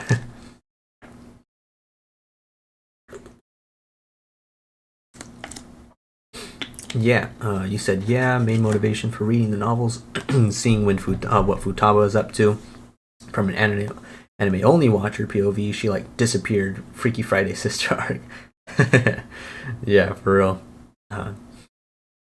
Yeah, it's we haven't gotten too much like Futaba action in 8 and 9. We got just a little bit in volume 9, I'd say, but in 10 we've got a little bit more of her too, which I was wondering same thing about Futaba, what she was gonna do, because we got a lot of information on what everyone else was kind of doing and what their goals were, things with their future and stuff, but Futaba we didn't get too much, and I was kind of curious to see what she was gonna do, but they did mention it in this light novel here. I don't want to spoil you, but yeah, let me know if you do want me to tell you. But yeah, it's pretty interesting. All right, so Sakata and Uzuki hopped off the car at Kamiyuka, but the next car also had high schoolers talk. Okay, so it's these guys again. Yeah, the horny energy, I'd say. They ended up getting off again at the next stop, Kanazawa Bunko Station, before moving to a third car. It's like a secret date, Uzuki said, grinning. But Sakata was Mai's boyfriend, and their current situation was mildly nerve-wracking. Regardless of his true reasons, if he was spotted with Uzuki now, people would think that he was her boyfriend, and all kinds of bullshit stories would circulate. He really wasn't up to facing accusations of two-timing. Once they finally reached Kanazawa Hake Station, he let out a sigh of relief, without even realizing it. They passed the gates and went down the stairs to the west exit. Almost everyone was walking this way and was in college, or faculty. That's some impact, he said. The night before, he had not expected it to change things this much. Yeah, Uzuki said, agreeing with his consternation, but not looking at all thrown by it. Why would she be? This was just another success stemming from the career she'd built. She'd finally gotten a chance to make her popularity explode, so that would mostly feel like a good thing. Train rides might become a more tad difficult, but she'd live. It's a one-way trip to Koshien. That's baseball, Sakata, the Japan National Stadium. That's soccer, Hanazono, rugby. Then it must be Ryogoku. So close, but that one's sumo. Uzuki nailed every single reference, fully aware he was doing a bit. She matched his timing perfectly. The old Uzuki would have just asked why Koshien and made things awkward for him. How many times had she made him explain his own jokes? I'm trying to get to the Budokan, she added, well aware he knew that. Is it getting any closer? That's a good question, she said, straightening up. With the mask on, subtle expressions were hard to catch, but her tone of voice and the way her eyes stared straight ahead made it clear she wasn't going easy on anything. Sakata wasn't exactly caught up on the inner workings of the idol industry, but her attitude showed just what a big deal the Budokan was. At the very least, it wasn't the kind of place Uzuki currently felt like promising she'd get to, even in jest. She was just picking her words carefully. Why Budokan anyway? As long as we had a goal, I didn't mind where it was. Oh. Yeah, I told you before, right? What? How I stopped making friends in junior high? Yeah. Okay, wait, hold on.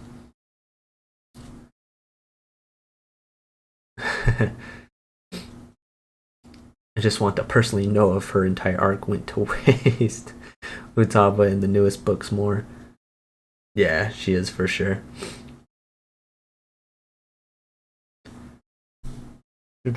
Alright. Okay, so right here. So everyone in the Sweet Bullet meant a lot to me. More than friends. Only Uzuki could know how important they were, so Sakata said nothing. He had no right to say he understood.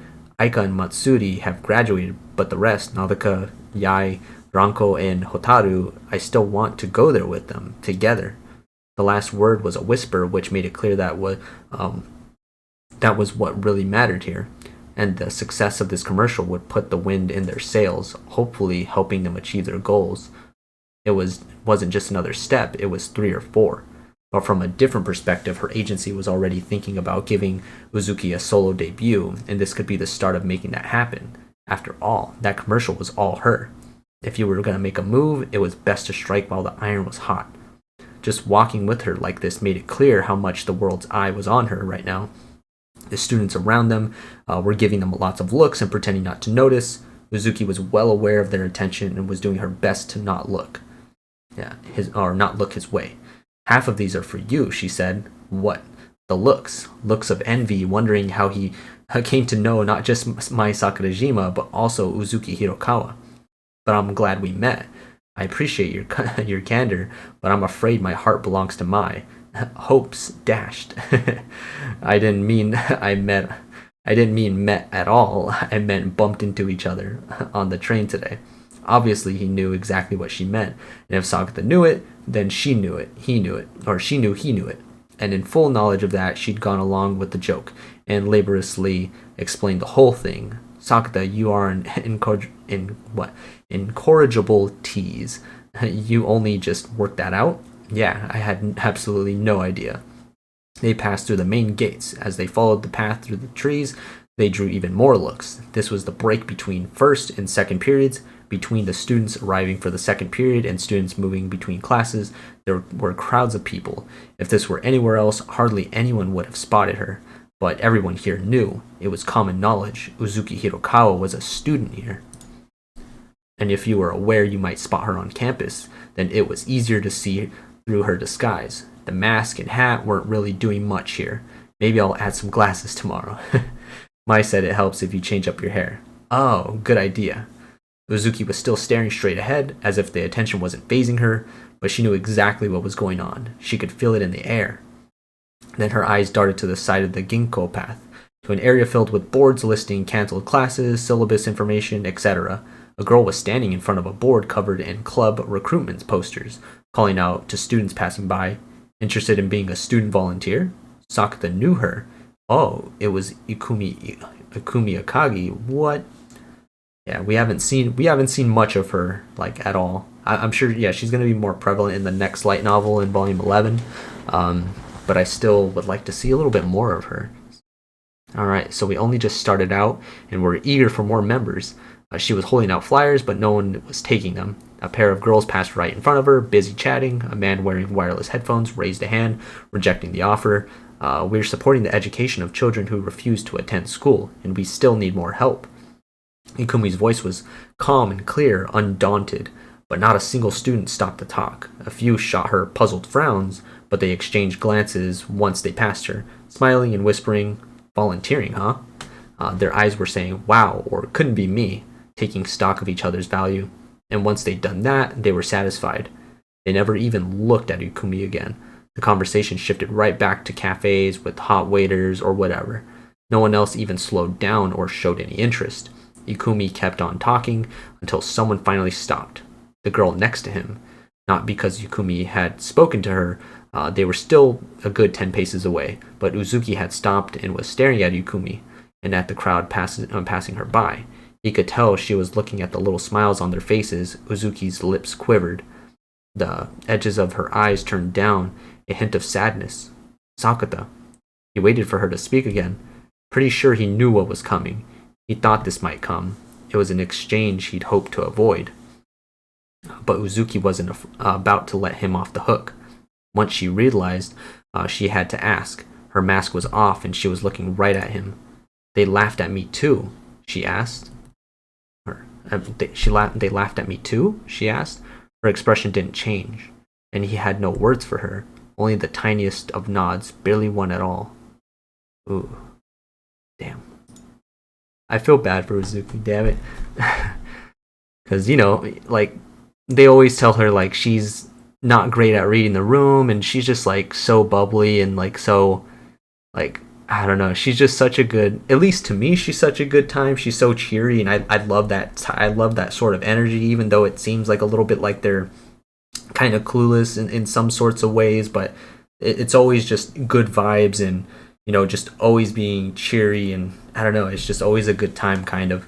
But, some people don't like that. Some people think that it's overbearing, or they just are like, "Oh, why is she acting like that?" And in some sorts of ways, I don't know. You see that in some people sometimes, where they don't like people who are happy all the time, and it's sad people a good chunk of the time that are sad or jealous people who are like, I don't know, they just judge you and they think like, "Oh, why is she so happy?" And they just don't like want to bring down the vibes, or I don't know, they just are jealous or whatever it may be. And they just don't like that cheeriness, or they don't like, I don't know, they just try to make fun of them because they're always happy, or I don't know, it's just weird people that try to bring down a good, happy person. It sucks. What'd you say? So, also from your personal opinion, would you recommend owning the novels digitally or physically? I personally would recommend owning the novels physically. I like owning them physically just because it's nice to get away from the screens, like with people owning phones and being on computers and stuff, kind of like I am right now, or whatever you do if you work in front of a computer or something along those lines. It's always nice to kind of detach from a screen a good chunk of the time, and just, once in a while just read a book and just read it off of an actual physical volume like that. That, and then on top of that too, you have it as like a piece of memories or just a piece of merch that you got. You're supporting the series or whatever it is. It's just memorabilia kind of. At least those are some reasons why I have them. Both of those reasons, just because it's nice to just kind of get away from the screens, just read my novels just by myself and detach a little bit from the internet and stuff. And then on top of that too, it's just me supporting the series. I have a physical volume, piece of memorabilia. I like that. But yeah, I only have the digital volume like this or I have the physical volume and digital volume for a lot of the ones that I have. It's just that, or a few of them that I have. It's just that I did that mainly for the purpose of doing the live stream, so you guys can see this stuff too while I'm reading it, and it's not just me reading it off the book all kind of awkward like that. But if you're somebody who likes to read stuff off of your computer or off of your phone or whatever, and you read a lot of your books that way, then I guess maybe the digital way is the way to go, or it might be. But personally, I like the physical. All right, cool. But let's jump into the next part with Uzuki. But damn, that sucks though. Like she can read the room now, and she's noticing that people are laughing at Ikumi Akagi for what she's doing and stuff. But she's like, yeah, people were laughing at me too, right? While she was, acting the way that she was acting before, and it sucks. Yeah, for sure. Yeah, digital like is more convenient for you than it definitely works. I've noticed sometimes where I'm like, dang, like I can never find a time or whatever to like, or I don't know, it's hard. Sometimes it's hard to find a time to grab that or whatever, or I don't know, maybe you're not home a lot of the time and you can't take that with you, or it's weird. You always forget to take that with you. You have your phone a good chunk of the time, and if you had free time or whatever at school or at work or whatever, you could just pop it up and just read it like that. So definitely convenient. All right, jumping into the next part. So we just moved on so we're on chapter 3 now, but we're going to the next parts of it. Okay, so first part of chapter 3, a star in Orion. It will likely end in a super. Before the question even ended, Uzuki hit the buzzer. The light on her seat turned on. Yes, Uzuki, the 40-something male celebrity running the quiz said. Betelgeuse, she said, extremely confident. There was a brief pause, then a bell rang. She was right. The full question was a star in Orion, or Orion. It will likely end in a supernova explosion, explained the young female announcer working as a program assistant. What's got into you today, Zuki? The MC asked, overplaying the surprise. His eyes were bugging out. She'd gotten 3 answers right in a row. No mistakes. She was famous for blurting out the weirdest things, so the MC's shock was likely genuine. I've been in great form these days, but it ain't good for the show. I'm scared for our ratings. I'm gonna get them all right, she crowed. Or she crowed.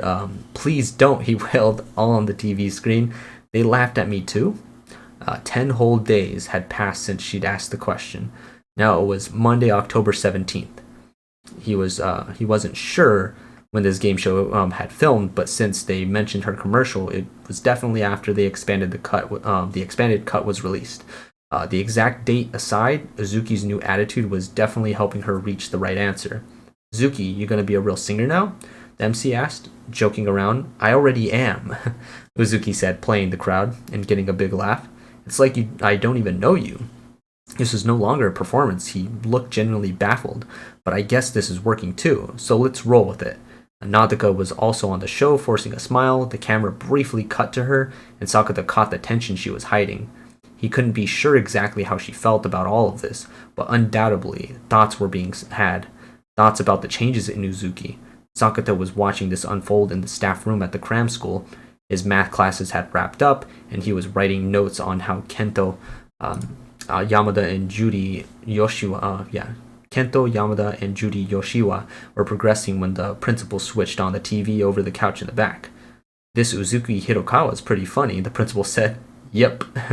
The game show was team-based and Uzuki's side won. The 100,000 yen bonus challenge sadly ended in failure, and the show wrapped up. See you next week, the MC yelled, and the 20-odd panelists all waved. Letting that play over his ears, Sakata finished his report. By the time he looked back at the screen, a new show was starting. Had Uzuki's discovery changed everything? Of course not. Sakata and the world at large were going about their business, at the very least. The last 10 days had passed without incident. Uzuki herself had been going about life like she always did. When she wasn't working, she was in class, joining her friends, fitting right in, and laughing with the crowd. She'd been in Spanish class with him today, and he detected no obvious changes in her. And after what Rio had said, the way the students around them were all dressing the same and acting alike, that seemed far less natural. If this really was a case of adolescent syndrome affecting all college students, that was vaguely terrifying. Sakata was dressed exactly like the boy sitting in front of him, so perhaps he'd gotten caught up in it without realizing, unconsciously absorbing what everyone was doing, what passed for normal, unwittingly allowing that to taint him. You were staring at Uzuki the whole class, Miyori said, wandering heart. What did you make of Zuki today? He figured it couldn't hurt to ask. Hold on, my bad.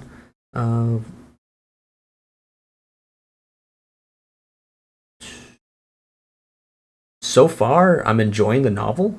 I'm enjoying it a lot. It's a lot. I'd say I think Braun mentioned it at one point before, but it definitely feels a lot more, kind of a lot more, or a good deal more mature than what the old like kind of volumes were. Just mainly because everybody's older and you're dealing with like older people and stuff like that too for the most part. So there's a lot more, I guess, mature, like proper conversations kind of going around. Still a lot of banter between some characters and stuff, like Miyori and Sakata, Rio Futaba and Sakata. But it definitely has some good vibes to it, and there's a lot more mystery, or there's some mystery to this one because I'm still wondering who Toko Kirishima is. I want to know where things go with Miyori Mito because she seems like a pretty important character that's kind of popped up here, and then as well as with Uzuki, like how are things gonna turn out for them? Now that she can kind of read the room now, are things gonna go back to normal? Like, is she going to? Because it seems like many days have passed here. Like she's gone a good deal with it, and they're just kind of like letting things be, or like I don't know if they just. It kind of seems like they don't know what to do about it. If they don't know if they even really want to do anything about it to get her back to normal, or to get things back to normal, or whatever it is. So it's interesting. I want to see what happens and what goes down to maybe have her go back to her previously like cheery self and not like so kind of reserved and stuff now that she kind of is. At least to some extent. Yeah, definitely enjoying it so far overall. But you're 100% right about taking a break from the screen. As being a programmer, I spend technically a full day behind the screen. Doesn't help I do programming as a hobby or to pastime. I feel you on that, man. Yeah, so I do a job that's behind a screen primarily as well, so I just got done working like 4 days straight just being in front of a freaking screen, working through my work week and stuff, just doing that. So being in front of a screen like this or whatever, doing this is kind of I don't know, it's just you being in front of a screen more, and that's not a good thing kind of. So taking a little break is definitely a good thing. Going outside, reading a book, just doing something that's not in front of one like that. So yeah, it's good to take some breaks. Yeah, I just don't have the room for, or most light novels that I read usually don't get the. I usually get the digital volume for it. Yeah, definitely. I've been thinking of getting the digital versions of some of them more. I was going to get the digital version of volume 11 just to kind of prep for when I do the volume 11 stream. But yeah. Maybe some of the other ones too. I'm not sure. Just don't have the room for every light novels to read. Yeah, I read definitely, man. I get you on that. They take up a lot of space.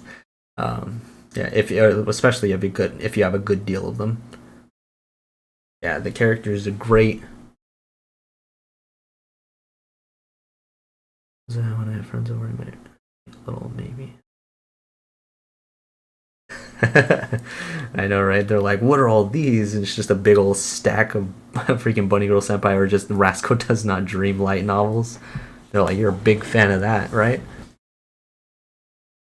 And then they look at it and they're like, what are these like crazy images or these like I don't know, some of the more provocative images that they have in it too. They're like, I guess you're into bunny girls, huh? I can understand that to some degree. Um, okay, and let me jump back into it. So where was I at? Just Uzuki had been going about life just as she always did when she was working. She was in class joining her friends, fitting right in, and laughing with the crowd. She'd been in Spanish class with him today, and he detected no obvious changes in her. And after what Rio had said, the way the students around them were all dressing the same and acting alike, that seemed far less natural. If this really was a case of adolescent syndrome affecting all college students, that was vaguely terrifying.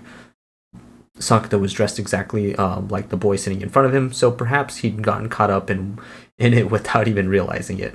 Unconsciously absorbing what everyone was doing, what passed for normal, unwittingly allowing that to taint him.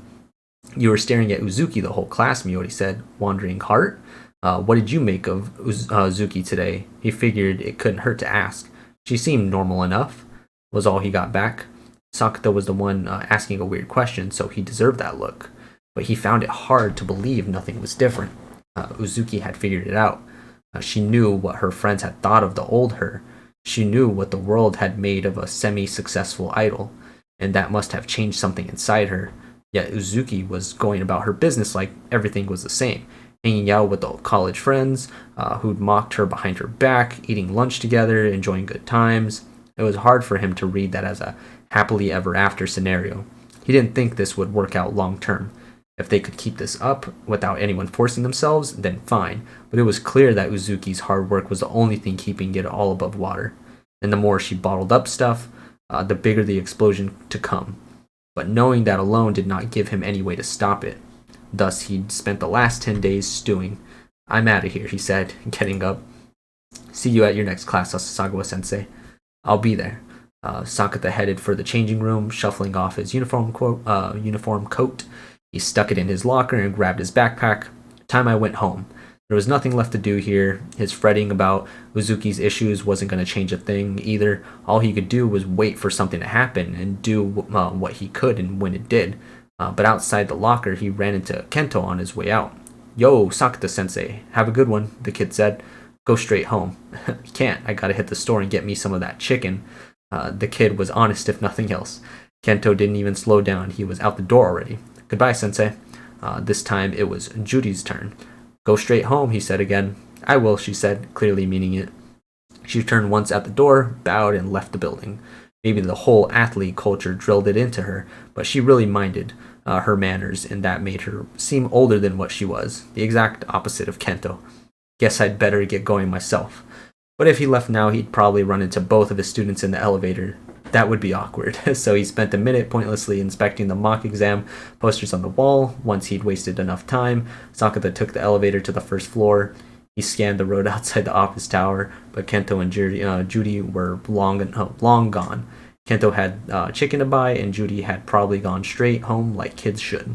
That's always such an awkward thing, at least for me, because when I go to work, it's kind of like the same thing. Like you're in the office or whatever. Primarily, and you're like, oh yeah, like see you later or whatever to people that you know and stuff, or friends or whoever it may be, and then or it's mainly awkward with acquaintances, people that you kind of know but you're not like super friends with or whatever, and you're like, oh yeah, see you later or whatever, like bye for the day, and then you get down like I work on like a third floor building or whatever, and when you get out and then you see them again and you're like walking in the same direction or going in the same way, you're like, oh, we already said bye, but you know we're going in the same direction, and you like almost feel like obligated to talk to them or whatever, and it's like kind of awkward sometimes. I try not to make it awkward and like have a conversation and stuff, but some other times it's just like I don't know, some of them just don't seem like they want to talk or whatever it may be, but it's still an awkward thing that happens. You're like, oh yeah, see you later, bye for the day, and then you go and you see them again and you're like, oh, I guess we're just walking together. Or you try to avoid walking together because then it'd be awkward because you already said bye to them. Yeah. That's something that does happen a couple of times. It happened to me like a couple of weeks ago. I can understand that to some degree, especially when it comes to family. Oh, volume 11, in my opinion, is a very good volume. Oh man, I know I want to read volume 11 so bad. It just can't like it just came out. I got mine a couple of weeks ago, but it just came out and everybody's talking about it and I'm like, "Oh man." But I'm almost there. I'm almost there. We're more than halfway through this one. Of course, focusing on this one um and excited to see what happens within it, but yeah, I'm still excited for volume 11. I got to get there. All right. Oh yeah, for sure, Utini. Thanks for stopping by. I appreciate it. Appreciate you for chatting. Yeah, you have a good night. Have a good night. Get some good sleep, man. All right. Cool. Yeah, I'm gonna cut the stream, not just yet, but I'm gonna cut it probably like once I get maybe like around the 60-ish or 65-ish% mark, and then hopefully plan for the next stream to finish it off, for like finishing off like that last 35% of it or whatever. Yeah. Okay. So let's keep going. All right. So once he wasted enough time, Sakata took the elevator to the first floor.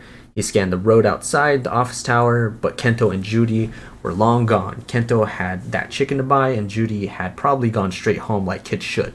He'd avoided them, but he ran into someone else he knew. Oh, senpai, Tomoe Koga, leaving work. The restaurant they both worked at was down the same street. She was in her high school uniform, so she likely had a shift right after classes ended. You too? She asked, glancing up at the cram school sign. Yep. He started walking toward the station, and she fell in step. Something wrong? She asked, frowning at him. Could be. Coulda, woulda, shoulda. Is that a whole thing right now? Tomoe just blinked at him. Forget it. Why'd you ask? You usually go, oh, it's you, Koga, like you aren't happy to see me. Do I? He asked, feigning ignorance. He definitely had stuff on his mind, but Tomoe had always been perceptive like this. Fight with Sakatajima? Clear sailing on that front. Don't worry, I wasn't. They reached the station and took the pedestrian overpass to avoid a wait at the light. It was a big one, going across the whole bus terminal. The total width was a solid 11 yards, so it was less a bridge, more an elevated square. In one corner, he spotted a young man busking. He was around 20, Sakata's age. His back was to the railing as he strummed an acoustic guitar. Sakata didn't recognize the song. Maybe the man had written it himself. There were CDs in the guitar case that looked self-printed, probably for sale. It was past 9, but still plenty of people were passing through the area, business types and students alike. Everyone was trying to get home, so the crowd moved fast and smooth. The only people stopping to listen were a couple in the uniform of Nautika's old school and a pair of girls in some other high school uniform. Most people never even glanced his way. Just passed right on by. Everyone knew he was there. Sakata was still on the far side of the overpass, but could hear the man singing loud and clear. Koga, he said, slowing to a standstill, his eyes on the busker. What? Tomoe asked. Pausing a second later, she followed his gaze. What do you make of him? Like how? Sakata leaned back on the rail, and she frowned up at him. What do you want me to say here? She'd caught enough of his drift to look displeased. Your honest opinion. Tomoe had thought about it. I think he's something else, she said, choosing her words with care. In what way? That statement could contain multitudes. It could be admiration, or it could be disparaging. Both ways, she said, like she was loath to admit it. She sure looked annoyed that he'd forced it out of her. She turned her back on the busker, leaning her elbows on the railing. He's got a goal in mind and the drive to work for it. That much I admire. Yeah. Finding something worth working toward and actually doing so, that alone was enough to dazzle anyone, just going through the motions of a life. But the light within them also provoked another kind of emotion, a shadow on the heart. And because I admire it, I always look away, pretending I don't see them. I blow right past, barely even realizing that's what I'm doing. Tomoe's eyes dropped to the taillights of the cars passing below. If I were with friends, some would probably go, I'd never heard that song, and we'd all laugh. Not uncommon at all. That was simply what the vast majority of people were doing, Everyone passing by knew he was there, but it meant nothing to them, and they were all thinking, he's not that great, or I can't make out the words, or so cringe, or why bother? He'd seen the same phenomenon like last week on campus, Iku Miyakagi earnestly trying to recruit volunteers with the crowd streaming past. To Sakata's knowledge, Uzuki had been the only person who bothered to take a flyer from her, and even though they just walked right on by, if he gets famous years from now and shows up at the New Year's pageant, they'll all boast that they knew him when he was a street musician. That was Laplace's demon speaking, all right. Already thinking of a future that might not even come to pass. But that side of Tomoe was what had made him ask. He'd figured she'd give him the answer he was looking for, and she'd done even better. Oh, but if we're talking about the famous people we know, then Sakurajima wins hands down. This must have got too real for her, because Tomoe started joking around. The mood lightened instantly. Well, she is my Mai. Right. That agreement was half-hearted at best. But that was the answer you wanted, she asked, shifting gears again. Straight A answer. You always come through, Koga. That sure doesn't feel like a compliment. She puffed her cheeks out at him. It is one, trust me. This only seemed to deepen her suspicions. People who said, trust me, were almost always untrustworthy. Excuse me. But at this point, a mischievous voice called out, Tomoe senpai, and someone threw their arms around her. Eek! Tomoe's squeal of surprise sounded genuine. Several suits and students stopped to see what the commotion was. The girl hugging Tomoe wore a Minagahara uniform. She was a bit taller than Tomoe, shoulder-length hair curled out at the ends. No one had the courage to stare at two high school girls hugging for long, so people quickly went back to minding their own business. Only Sakata was still looking. Himeji? Tomoe? Oh, so Sada Himeji coming into the... I know we saw her at one point, but I didn't know when she was actually going to be around Sakata and actually meet him, maybe speak to him at this point too. Dang. Alright, average enjoyer, have a good night, man. Appreciate it. Get some sleep and enjoy your day tomorrow, man. Alright, cool. What's going on, Jeffrey? Alright, so no one had the where am I? Okay, so Himeji, Tomoe said, craning her head. Only then did the new girl let go. Just left cram school. You had a work shift? Sakata knew this girl too. The Minagahara first year Kento had a one-sided crush on. Sada Himeji. Yup, just left. Sada's eyes shifted sideways, looking at Sakata. Oh, she's... Tomoe began.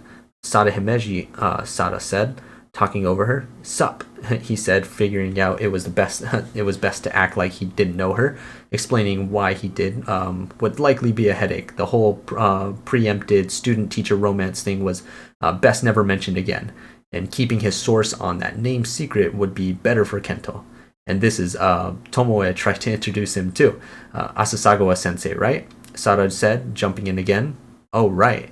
He works at your cram school. The word sensei provided all the pieces Tomoe needed. You don't take my classes, so I'm surprised you knew that, he said. There were quite a few part-time teachers like Sakata, and most people would never learn all their names. There was nothing to be gained by it. I'm in the market for a math teacher, she said. That made sense, especially since that was why he learned her name. There's this boy in my class, Yamada. You know him? I teach him, yeah.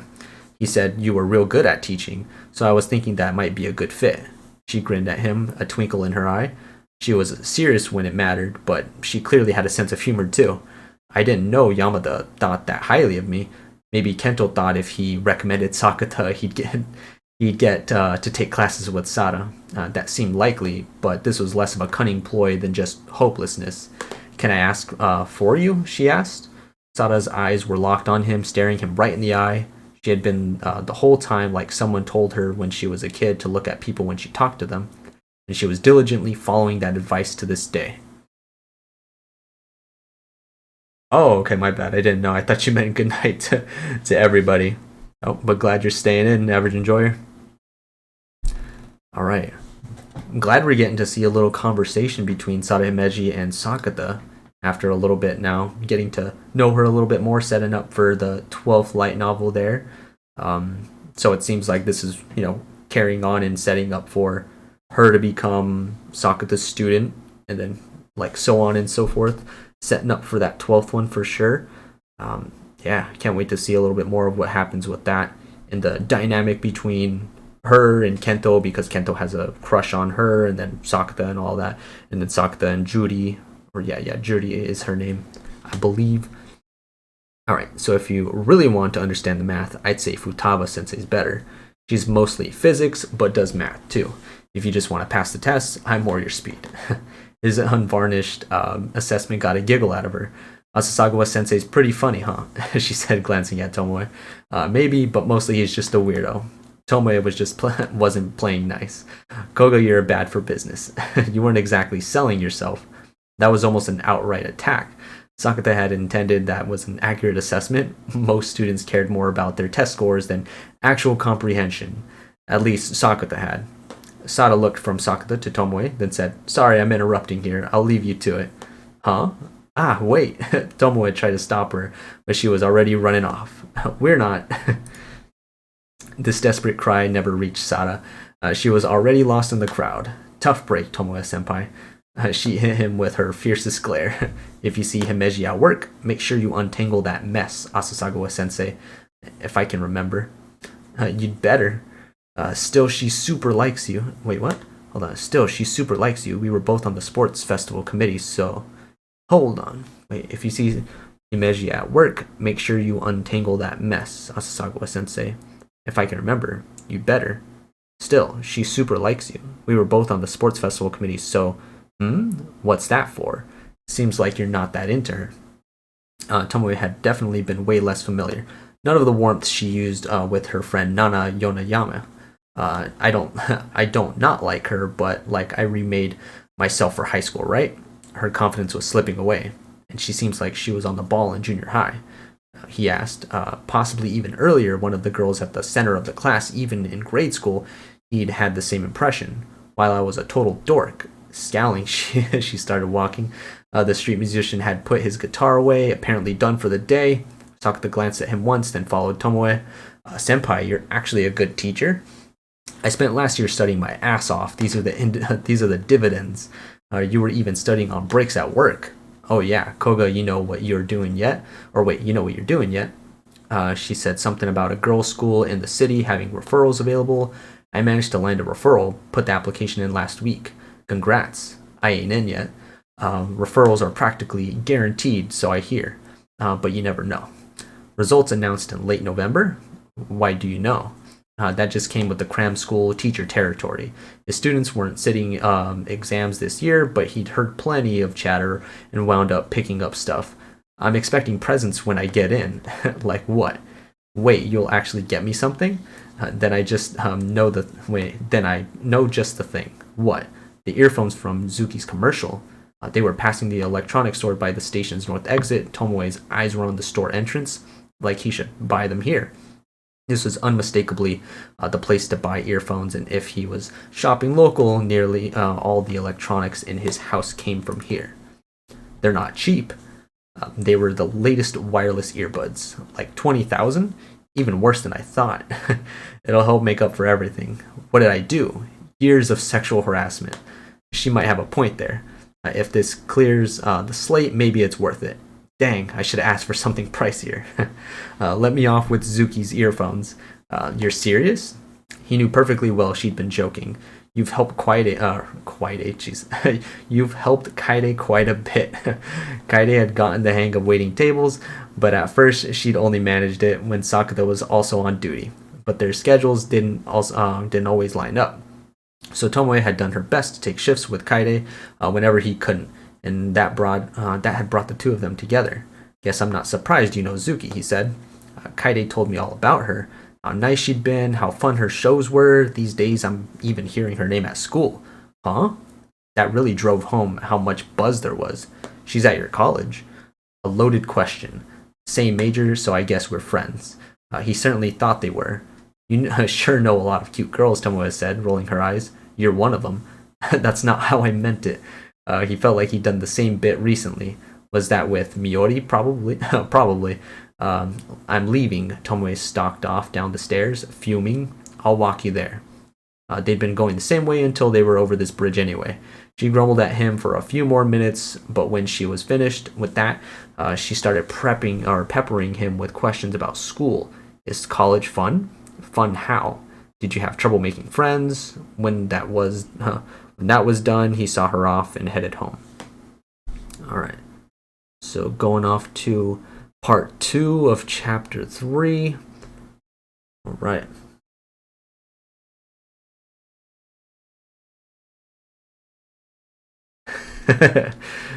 Damn it, Jeffrey. Hold on, give me a sec. My throat's feeling a little scratchy now after reading for a while.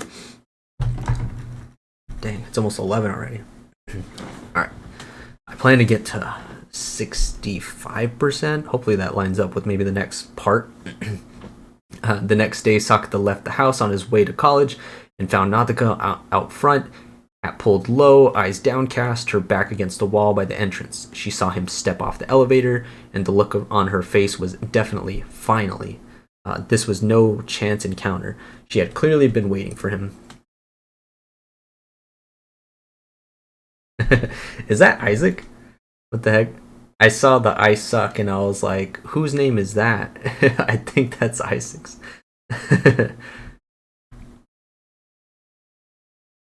Yo, what up, Isaac? How's it going, man? We're gonna play pro clubs later?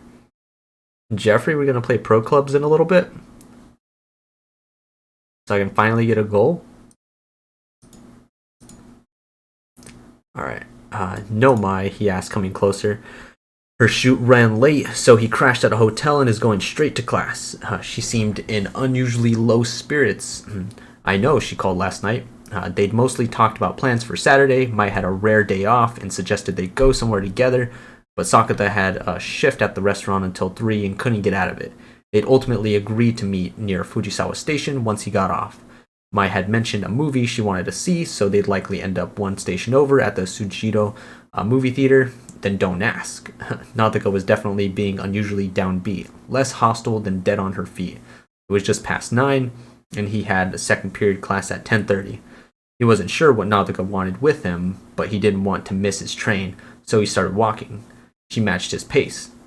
It was a 10-minute walk to Fujisawa Station. At this hour, people with regular jobs or school were all done with their commutes, so traffic was light. No crowds to push through. Not far from the apartment building, they passed the park where he once traded butt kicks with the high school girl, and from that point on, it was a gentle downslope. Nadaka didn't say much at first, but halfway down this hill, she blurted, I got a favor to ask, Sakata. If it's I'm on it. We'll make a happy home together. I'm not asking about that. Even this lacked her usual spark. Then what? Uzuki? His abrupt swing left her momentarily speechless, but she recovered fast enough. Yeah, this is about Uzuki, she admitted. We had dance practice yesterday. We was sweet bullet in this case, and everyone else was out on their job, so it was just me and Uzuki. She broke off like an idea hit her. Did I say we got a pair of concerts this weekend? Kaide told me. Saturday was a joint concert with other idol groups. Sunday was an outdoor music event on Hakai Island. The Cup's open? Oh, damn. So we can finally do the penalty kicks? Damn. Alright, cool. So Saturday was a joint concert with other idol groups. Sunday was an outdoor music event on Hakai Island. Kaide wanted to go to both, but Kotomi Kano wasn't available on Saturday, so she'd abandoned the idea. She and Kotomi were both going to the event on Sunday, and she was excited about it. I know I always say this, but if she calls me, I can hook her up with tickets. Kaide's a Zuki stan and doesn't want to rub that in. That does sting. Her glare suggested she blamed him. So what happened at rehearsal? He asked, ignoring her. Nadaka didn't look pleased, but she got back to the point. The dance teacher got pissed off at her. That never happens. Like, legit, the first time ever. Why? Like, she just wasn't focused out of it the whole time. So I just got worried and asked if she was doing okay. And she blew me off with a fake smile. I'm fine, sorry. Got myself an earful. Nadaka was keeping her voice flat, but that just drove home how big of a deal that was. Whoa, that is serious. I know, right? Uzuki always shared everything. The back half was a whisper, like it wasn't for him. She looked wistful, and that's got you all depressed. She's been in the dumps since they met up. Clearly, this was why. I don't know what's going on with her. You used to? That was itself an accomplishment. Well, no, but that's not what I meant. Previously, her unpredictable behavior had mystified everyone, but now she was consciously hiding how she felt. The nature of the mystery was fundamentally different, diametrically opposed, even. Online, they think she's gearing up to leave Sweet Bullet. Yeah, that's news to him. They got caught at a red light, so Nathaka took out her phone out of her purse. She tapped the screen several times, then showed it to him. There was a site collating idol news. It didn't exactly give sources, but there were articles with headlines like Uzuki Hirokawa's graduation imminent, or Uzuki's solo debut incoming. That commercial sure has the office in an uproar. I asked the chief manager and was told to focus on our next concert. Poofed. like admitting there's stuff they can't talk about. Yep. And you're connecting to that, and you're connecting that to her performance in rehearsal. Her mind had been elsewhere, but where? On leaving the group, on a solo debut, or on something else entirely? Nathaka was staring grimly up at the red light. There was no way she was thinking about anything besides Uzuki's potential exit, but the sadness in her eyes was likely more because Uzuki had refused to confide in her. Whether the rumors were true or not, if she heard the news from Uzuki, Nathaka would probably accept it. Part of her wanted what was best for her friend, but instead, Uzuki had given her a phony smile, and that had left Nathaka high and dry, unable to press the point further. So what do you want from me? If Uzuki's in trouble, help her out. Yeah, so yeah, that sucks. So, they'd been together for a while, in the Sweet Bullet group, became good friends, and now they're, it seems like Uzuki's kind of out of it or whatever, or maybe hiding the fact that she might be going to a different group, or I mean, not a different group, but going solo, or just graduating from the idol group in some way. Maybe that's happening, maybe that's not, or whatever, and they're just, looking too deep into it. But the fact that she is not telling her certain things that she usually would as a friend, as a good friend, it kind of worries her a bit. So, yeah, definitely worthy of worry there on her side. Alright, so Nathaka just laid it out there, not mincing words at all. That's it? I mean, if you can pry anything out of her, then do that. I gotta interrogate her? God, no. She looked genuinely mad at me, her eyes said. Don't push your luck. If he kept cracking jokes, she might actually kick him. Don't push your... or wait, oh yeah, I already passed that part. She might actually kick him. Sakata didn't see the point in inviting violence, so he took the hint. The light turned green, and he fled her scary stare. Are you even listening? I'll do what I can, but I can't do what I can't. So don't get your hopes up. Thanks. That seemed like it took a load off. She looked way less tense. At Fujisawa Station, they boarded the Tokaido line and exited at Yokohama Station. The train into the city was still fairly packed, even at this hour. For that reason, they didn't talk much, just minded their own business.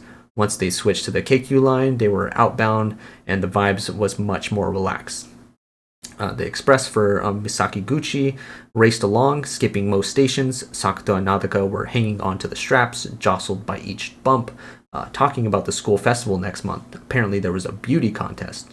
Holding one of those with Mai around sounds like hell on earth. The male side of competition allows entry by proxy. Should I put you in?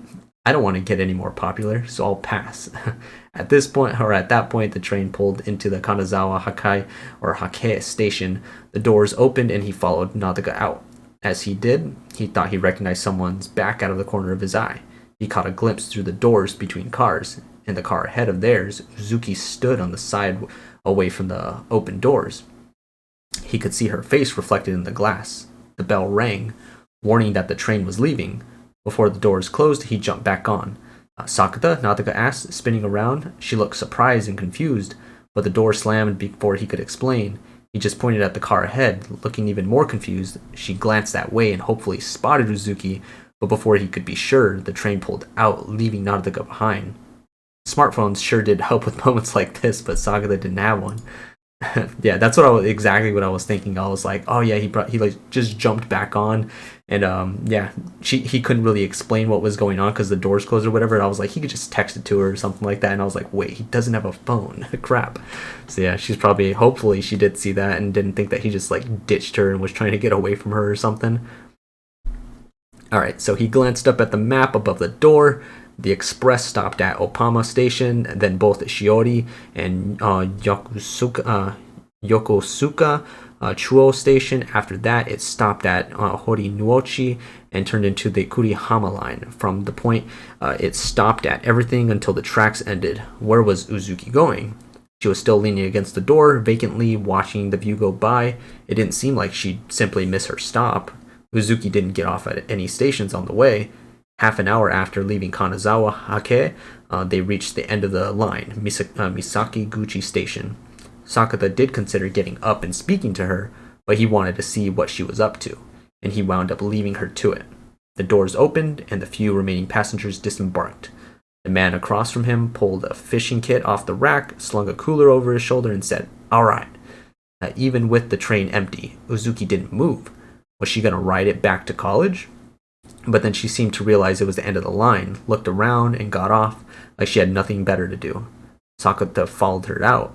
She was about 5 yards away, her back to him. Tailing her any farther would be creepy. Objectively speaking, anyone following a college girl idol around was bad news, so he elected a call out to her. "Skipping school, Uzuki?" Her shoulders quivered as she turned slowly around, frowning. When she saw Sakata, she blinked in surprise. She didn't ask why he was there, or why he was here. She could probably imagine why, or maybe she simply didn't care. "I was in the mood to define myself," Uzuki said, as if that was a joke. It didn't sound like one. You do that at Misakiguchi? I don't know what's around here. I think they have tuna." He glanced at the station sign. They were so hype on tuna. Here, they'd even made the sign say Misaki Maguro instead. "Well, I'm pretty hungry. Want to go have some tuna and think?" It was 11 now. A bit early, but arguably lunchtime. Alright, so perfectly lines up right now with that 65% mark that I really wanted to kind of stick to right there. And then I'll finish the remaining 35% of the book or the story after that in the next part. So the next part should be the final part of the reading and finish it off and everything. Definitely an interesting read going forward and everything. Getting to see more of the sides of Uzuki, like I said earlier on in the light novel. I felt like we got so much of Miyori Mito throughout this light novel at that point, and I was like, dang, like it felt like it was almost her light novel kind of to an extent because we hadn't got too much of Uzuki, but I knew that it was going to change and we were going to get to see a little bit more of what the story was going to be like for her, what her problems were going to be, and how hopefully we can find out what the problem is and what the solution is possibly going to be for her and stuff. So yeah, I'm definitely interested to see what's going on with her. Sad about Uzuki for sure, kind of realizing that people don't always see her in a good light, and they people kind of try to make fun of her or whatever, and they laugh at her and whatnot just because of her bubbly attitude and just her being very cheery all the time. And that's not a bad thing, like having good vibes and just being excited and genuinely happy, like that's a good thing. But like I said before, there's just some weird people out there that just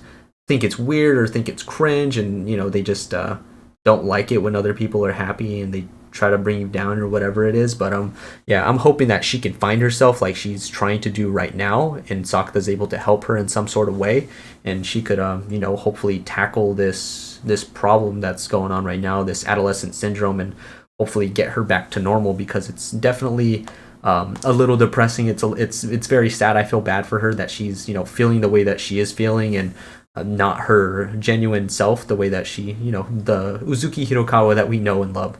So yeah, definitely want to see that old Uzuki back. And looks like I'm about to wrap this up right now. Hope you all enjoyed the read so far. Like I said, I've definitely been enjoying the heck out of it so far, getting to see the different sides of things, the change in kind of tone or whatever, a little bit more mature of a tone in this light novel for sure. But yeah, gonna continue the reading.